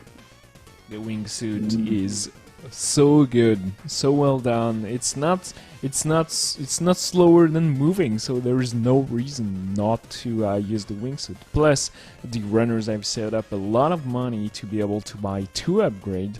One is to be able to dash while swimming, which is not too important, and the other one is to be able to attack, to dive attack, like Laramie just did. So you attack downward while you're using your wingsuit, and that allows you to attack downward, which is very useful, but also to get back your clown step while in wingsuit, which is super, super useful. So you'll see the runner use the wingsuit and the dive attack constantly now, because, well, it's just saving time everywhere. Both Jant and Ghostdeath, due to their deaths, were short on crystals for their intended route, so both had to go and get extra crystals available just below that checkpoint towards the end of the Bamboo Creek. So one death can cost you so much. Obviously, the time it takes to watch the animation of the death, the time it takes to do what you just did, the time it takes to watch this Quarble cutscene that tells you about this mechanic in the game, death later, time lost later on in Quillshrew Marsh when there's another cutscene where Quarble meets another other sort of, I don't know, quibble or some other name, and then also losing time to not having enough crystals. So that one death can be so costly in this game, and it's put Jonathan Ghost Death quite far behind. Laramie still comfortably in front, moving incredibly well through the caverns. Yeah, we are currently in the 10th game. The Messenger is the conclusion of our semifinals here, and the top 4 runners will advance and play tomorrow at 5 p.m. So if you missed the decathlon for today, be sure to tune in tomorrow to see all the 10 games. But for now, the runners have to go through the grottos. But Laramie is almost done. Very clean movement overall. Optimizing the grotto is not so easy because it's all about those tiny rooms, and you will get stuck on a lot of corners, or you will bunk your head on the ceilings, and that's not what you want to do if you want to have smooth movement through the area. You don't want to use the wind current here, you just want to wall jump. It's just faster, which is pretty cool. And Laramie's almost done here. Very nice lead now. Troublesome mages in that screen. Thankfully, you can just bounce off of either the projectile or the lantern and get right on through into the boss fight. This boss has been trouble even for very good players very late into the season. You want to get 7 hits on the core and then deliver the 8th hit from either side of the stage. That lets you immediately get up to the top to get in more damage, and that extra damage will let you do a 2 cycle here on this boss. So there's the 7 hits. It seems silly, but counting to 7 can be weirdly hard sometimes while you're focused on all these other things. So a number of players have gotten it wrong in one way or another. Laramie is off to a good start, though. Yeah, we've seen that yesterday. Devil Tifa actually had to go for a 3rd cycle, but no problem for Laramie counting to 7 and having the wind current exactly at the correct time. Gets to the 2nd phase quickly. Lilia is just starting the fight. Jant is almost there, and Ghostess is even like further behind. Lilia now starting the boss fight. We'll see damage boosting through the claw on the left to save just a little bit of time. I was worried that might have been 6, but it is definitely 7. Moving on to get as much damage in at the top here. We actually saw some players damage this boss as they walked through it and crossed to the other side, just because they felt it was more of an advantage to be on that side at the start of the fight. Lilia getting knocked around here, down to 1 health. This is very scary because the 2nd phase of the fight, the boss is pretty unpredictable in its movement, so very easy to get a little bit too close and get hit. So probably Lilia will be safe here. Shurikens appear that you can use as ammo. It's definitely a lot slower to fly around and collect them and use them, but I think it's going to be the approach here. Yeah, getting aggressive. You don't want to die, and Lilia is trying to stay. Oh no! Oh boy, that is a huge time loss. That's way more time than what Ghostess and Jant lost so far, and that's why Lilia is way far behind now, right at the start of the boss fight. Ghostess is almost done with the 1st phase here, using 2 shurikens here to be sure to get the hit. Meanwhile, Laramie is not even looking over his shoulders, just moving so quickly halfway through the Quilshroom Marsh. The Quilshroom Marsh has very long rooms, very big areas you have to clear, and the wingsuit helps quite a bit. It's just so convenient to be able to ignore everything that's on the ground and fly above every obstacle that the game is trying to throw at you. The shurikens are very important in that world, and you use them at very specific spots, so you have to remember exactly to do that. Nice health refill here that Laramie is going to take, but has not had any issues so far. The sword is so powerful in this game that the shurikens actually have surprisingly limited use. Like, a projectile you'd think would have at least some purpose in a lot of situations, but it's always quite marginal, hitting a switch from a little further away, or some of the things we'll be seeing here. There is to use to kill the enemy and hit the switch. It's you think a ninja star would come in handy a little more than it does in this game, but I think it's just because the sword and the cloud step is such a powerful combination. Lilia here is this might be a third cycle here. I'm not quite sure, but needing both shurikens to start that phase. Thankfully, they're going to be able to move on to the next phase from here with 3 health, so looking much better than the previous attempts. Loremi got in a weird situation, but recovered nicely, got to the checkpoint anyway. Only 3 HP is always a little bit worrisome, because that you can die in one hit if you bonk your head into the spikes, especially in that room. But we'll see. Loremi should be playing a little bit safe. Wait, oh, not even going around. Nicely done. Not stopping for anything. Only 2 HP remains, but this is the last room before the checkpoints, and here we go. No problem at all. Loremi proving that they've practiced quite a bit on the messenger. There's no randomness, no hazard getting at that skill level here, playing live, and nicely done. The introduction of the boss. You want to be able to get that hit up top, so you skip a phase, and now you need to deal enough damage not to trigger the second phase. We'll see how well that goes for them. Yeah, pretty sure just based off of the clean fight so far that it's going to be more than enough. Loremi firing 2 shurikens just to make sure we've got an extra one. There's a little green guy who will pause to talk to Corbel if you have died and he is around in the game, but thankfully Loremi deathless up to this point, so saving some time there over I think all the other competitors at this point have all died at some point along the run. Still making their way through Quillstream Marsh, but Loremi is going to be the first one into the Searing Crag, is going to be the first one to pick up an incredibly cool upgrade. In the rope dart, it is a grappling hook. It latches out horizontally. Admittedly doesn't have too much range on it the way that you'd really want it to, but it's still great, and it speeds you up. Even things that are quite close to you, it is still faster to use the rope dart. So you're going to see them basically use it wherever they can. Yeah. Do remember that the timer is just a little bit running a little bit slow for some weird reason during the run here. So Loremi appears to be on a way better pace than he actually is. It's just maybe like 30 seconds or 40 seconds slow, higher than that when it appears to be. But we'll see them still going very, very quickly with a very impressive pace. Using the rope dart everywhere. Now you skip here, you set up using a selectite, and you get that clown step to scroll the screen to the next one, the better placement. And moving onward very quickly. The fact that the screens scroll logically between each other is such a nice improvement compared to what was done during like the 8 bits and 16 bit era, where if you scroll the screen not using the ladder, you would die because you did not go through the screen like the intended way. Thank God they did not replicate those issues from the past.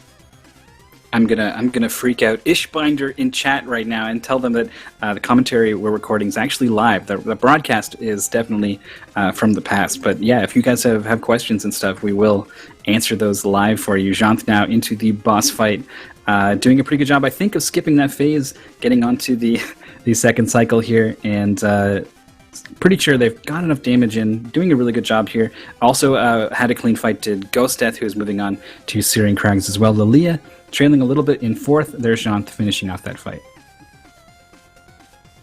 Alright, it's time for the sick tats. Let's see what happened on Cole and Osses for those 2 bosses that are pretty tricky to deal with if you don't have the rope dart. But if you know that you can pass through abusing the iframes, and here we go, nice. Hey, the crowd goes wild back in the Stunfest live theater. Everyone was cheering to see the attack, and finally we do. Loremi going for those sick fast hits here, but yeah, the rope darts actually the use is unreal on those bosses. The iframes are crazy, and surely enough, the Cole and Osses are already dead. Laramie is almost is a full zone ahead of Lilia, and is, you know, maybe 2/3 and 1/3 ahead of Jant and Ghost Death. It is a very sizable lead. Ghost Death just barely getting up through the screen transition, and again, barely catching that ledge. Actually, a wall jump off of a one-tile ledge like that is extremely difficult, so nice job by Ghost Death sort of saving themselves from having to wait for another projectile to cloud step off of. Ghost Death is looking like not quite as solid as you would expect. They are definitely the best runner of the four we have on stream. Is one of the best in the top 8, actually. I think second only behind Taker. And has had a couple of bad moments, but their sheer skill and tenacity is sort of carrying them through what I think is probably some nerves and maybe some mental fatigue here. Yeah, Ghost Death is a really strong runner, a fairly new runner as well. Played just last season, came back for this season, and is quite frankly hanging with the best. Yeah, always played at very, very high level, whatever games they've picked up, and starting Call and Osses here. Once again, lots of rope darts to deal as much damage as possible and as fast as possible. The boss cannot do anything actually, it's not even attacking, so it just shows how good the technique is. When you have both bosses on screen at the same time, you deal twice the damage, so that's exactly the RNG you want to go for. And following the green ball here is not so easy, so Ghost Death's doing a great job at dealing a lot of damage all the time. The boss should be soon dead. Laramie is almost done with the Glacial Peak now. Wow, fantastic job by Laramie. Jant was struggling a little bit in that final room in the Searing Crags, about to start their boss fight now. Ghost Death about to finish it, I'm sure. It's always a little bit hard to tell just how much longer you have to go. Here comes the transition. Was it enough? It is. Ghost Death going to be joining Laramie in the Glacial Peaks in second place, actually. After what happened to Ghost Death really early on in the run, you know, you might have not expected to see Ghost Death come all the way back up to second. But here they are. Jant still needs a bit more damage here on this boss fight, and I can't take my eyes off of Laramie, who is just moving so smoothly. Yeah, smooth as an ogre's buttocks. Laramie is having an awesome run, not slowing down for anything. Everything works their way, all the skips, all the jumps, and surely enough they're already done with the Glacial Peak, as Ghost Death is just starting now. Lilia finally getting to call in Osses. Lilia was doing great until they died on the boss of the All-In Grotto, and that was a huge setback. That explained almost all their delay here. So barring some kind of meltdown in the Tower of Time, I really like Laramie's chances of staying in the top 4 and moving on to play in the absolute finals, the finals of the ultimate finals, which is more final than the grand finals were. It really is the end of the road. If Laramie can make it, we'll take a look at which top 4 players made it at the end of this broadcast, and then we'll see them play tomorrow, and I think 5 p.m. Eastern time. So definitely, if you want to see the end of this long journey for these players, stick around for, well, don't just, you know, go eat and sleep, but come back in about 24 hours for that run. Laramie now starting the Tower of Time. The Tower of Time that has killed a lot of runs and a lot of runner.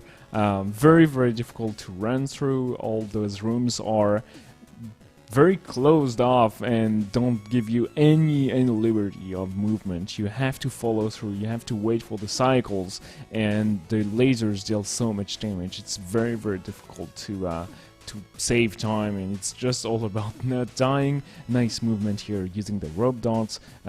Be sure to hit the crystals if you want to keep on going. Laramie moving quickly, careful. Those mages really get me all the time. Laramie is going to have to play it a little bit slow here. Okay, weird room, but that worked well for them. thinking maybe about catching one of these earlier cycles. There's so many. Oh, almost getting hitting the crystal and going back the other way actually, and wisely recognizing they might have got crushed on the corner there. So not too long a waiting for that platform to move out of the way. Getting a little bit shaky now. I wonder if Lurami knows just how close they are to having it in the bag and qualifying for the next day. So certainly, nerves from oh, I'm behind and I need to make it happen, but also nerves that like I don't want to throw it away. There's a lot of different reasons to be nervous in a situation like this, and it can maybe start to affect your play a little bit. The PBs on screen, Lurami actually has a 5-second faster PB than Ghostdeath. I did not realize just how much work Lurami has put into the Messenger, along with so many other games in the weeks leading up to the finals.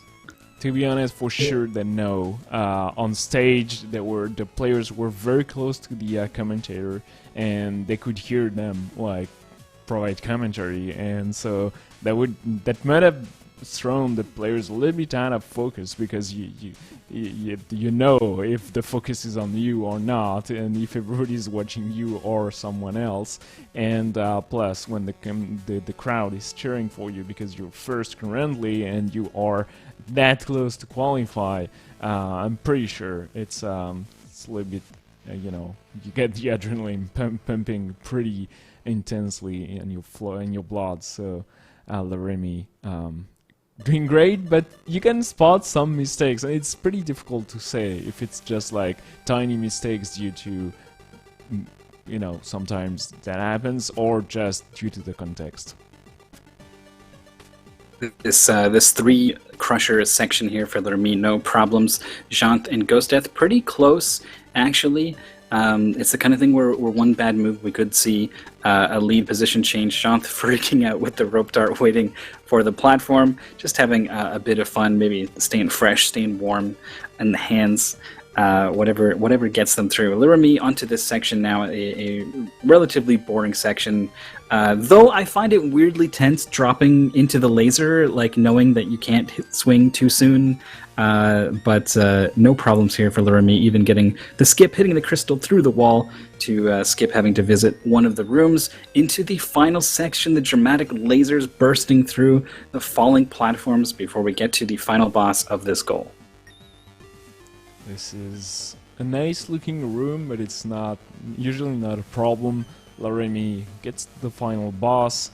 Time looking great, and they're currently in first place, which bodes very well. Lilia is just getting into the Tower of Time now, about 4 minutes behind Lurami. This is a huge setback, and a little bit a surprising one, because even though for Lilia the Messenger is one of their worst game, their PB is still about 34-30. Boss fight starting now for Lurami, using that rope dart and cloud steps to stay up on the boss, getting inside but then getting clapped out. The boss is repeatedly going to interrupt whatever it was going to do to clap you away from the boss, doing a great job of using the rope dart to stick to the boss. If you do it right, you never touch the floor. And surely enough, Lurami is never going to fall down, and the boss is already dead. So we'll see exactly what time they got, but it's probably about 33:30. Once again, the timer is running a little bit slow. Those are not seconds we're seeing. Yeah, I was about to get very excited for a second when I looked at the timer, and then remembered at the last second, composed myself. Ghostdeath and Jant now probably the 2 players to watch, the 2 that are closest together here in the Tower of Time. Very quick vertical ascension with the wall jumps from Jant.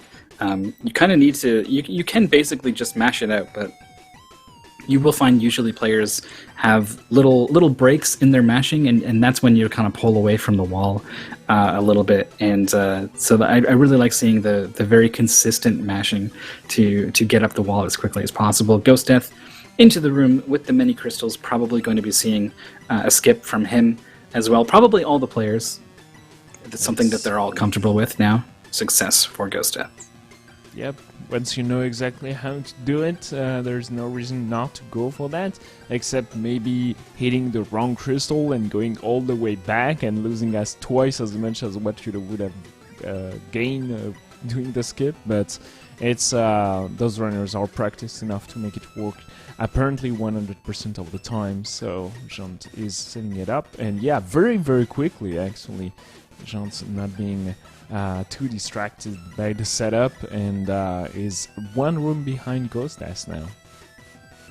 To be fair, it is one of the longest rooms in the Tower of Time.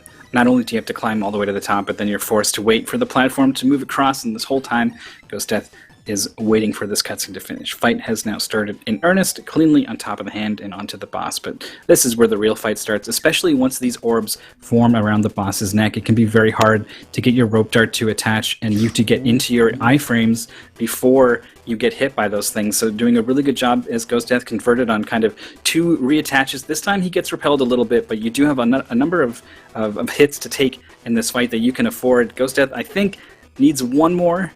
Nice. Alright, Jant is well set up on top of the screen here. I missed him for I missed my side for just a couple of frames, but he's still hitting strong, and it's almost done. You'll see the hands not even coming down. Nice fight by Jant, and Lilia still has half of the Tower of Time to go through, a bit less than that, and just a couple of rooms actually. Yeah, Lilia has had a very good Glacial Peaks and Tower of Time here, basically keeping pace with everyone else, if not picking up a little bit of time maybe on Ghostdeath and Jant through that section. Looked to be like pretty far out of it earlier on, but as soon as we see one person finish, the next person seems to be basically queued up to fight this golem. And Lilia, it's been a long road. Lilia is, I shouted out Ghostdeath for being a relatively new competitor, but both Lirami and Lilia, I think this is their first season, right? Yep, Lilia, we've met a year ago for a totally different context, and they did not join UD6, and but they were close to those runners, and decided to join for the first time UD7, and did fantastic during the entire season. But the joke is around that they don't know who CDV is. They're the other host, the French commentator that actually made the UD thing with me 3 years ago, but never met them, never ran with them, never played with them. So it was a joke going around during the event. And Lirami, completely new, and apparently you don't need to have too much of an experience to finish second on that semi-final here. Wow, cracking the 2100 point with a new PB of 33 minutes flat.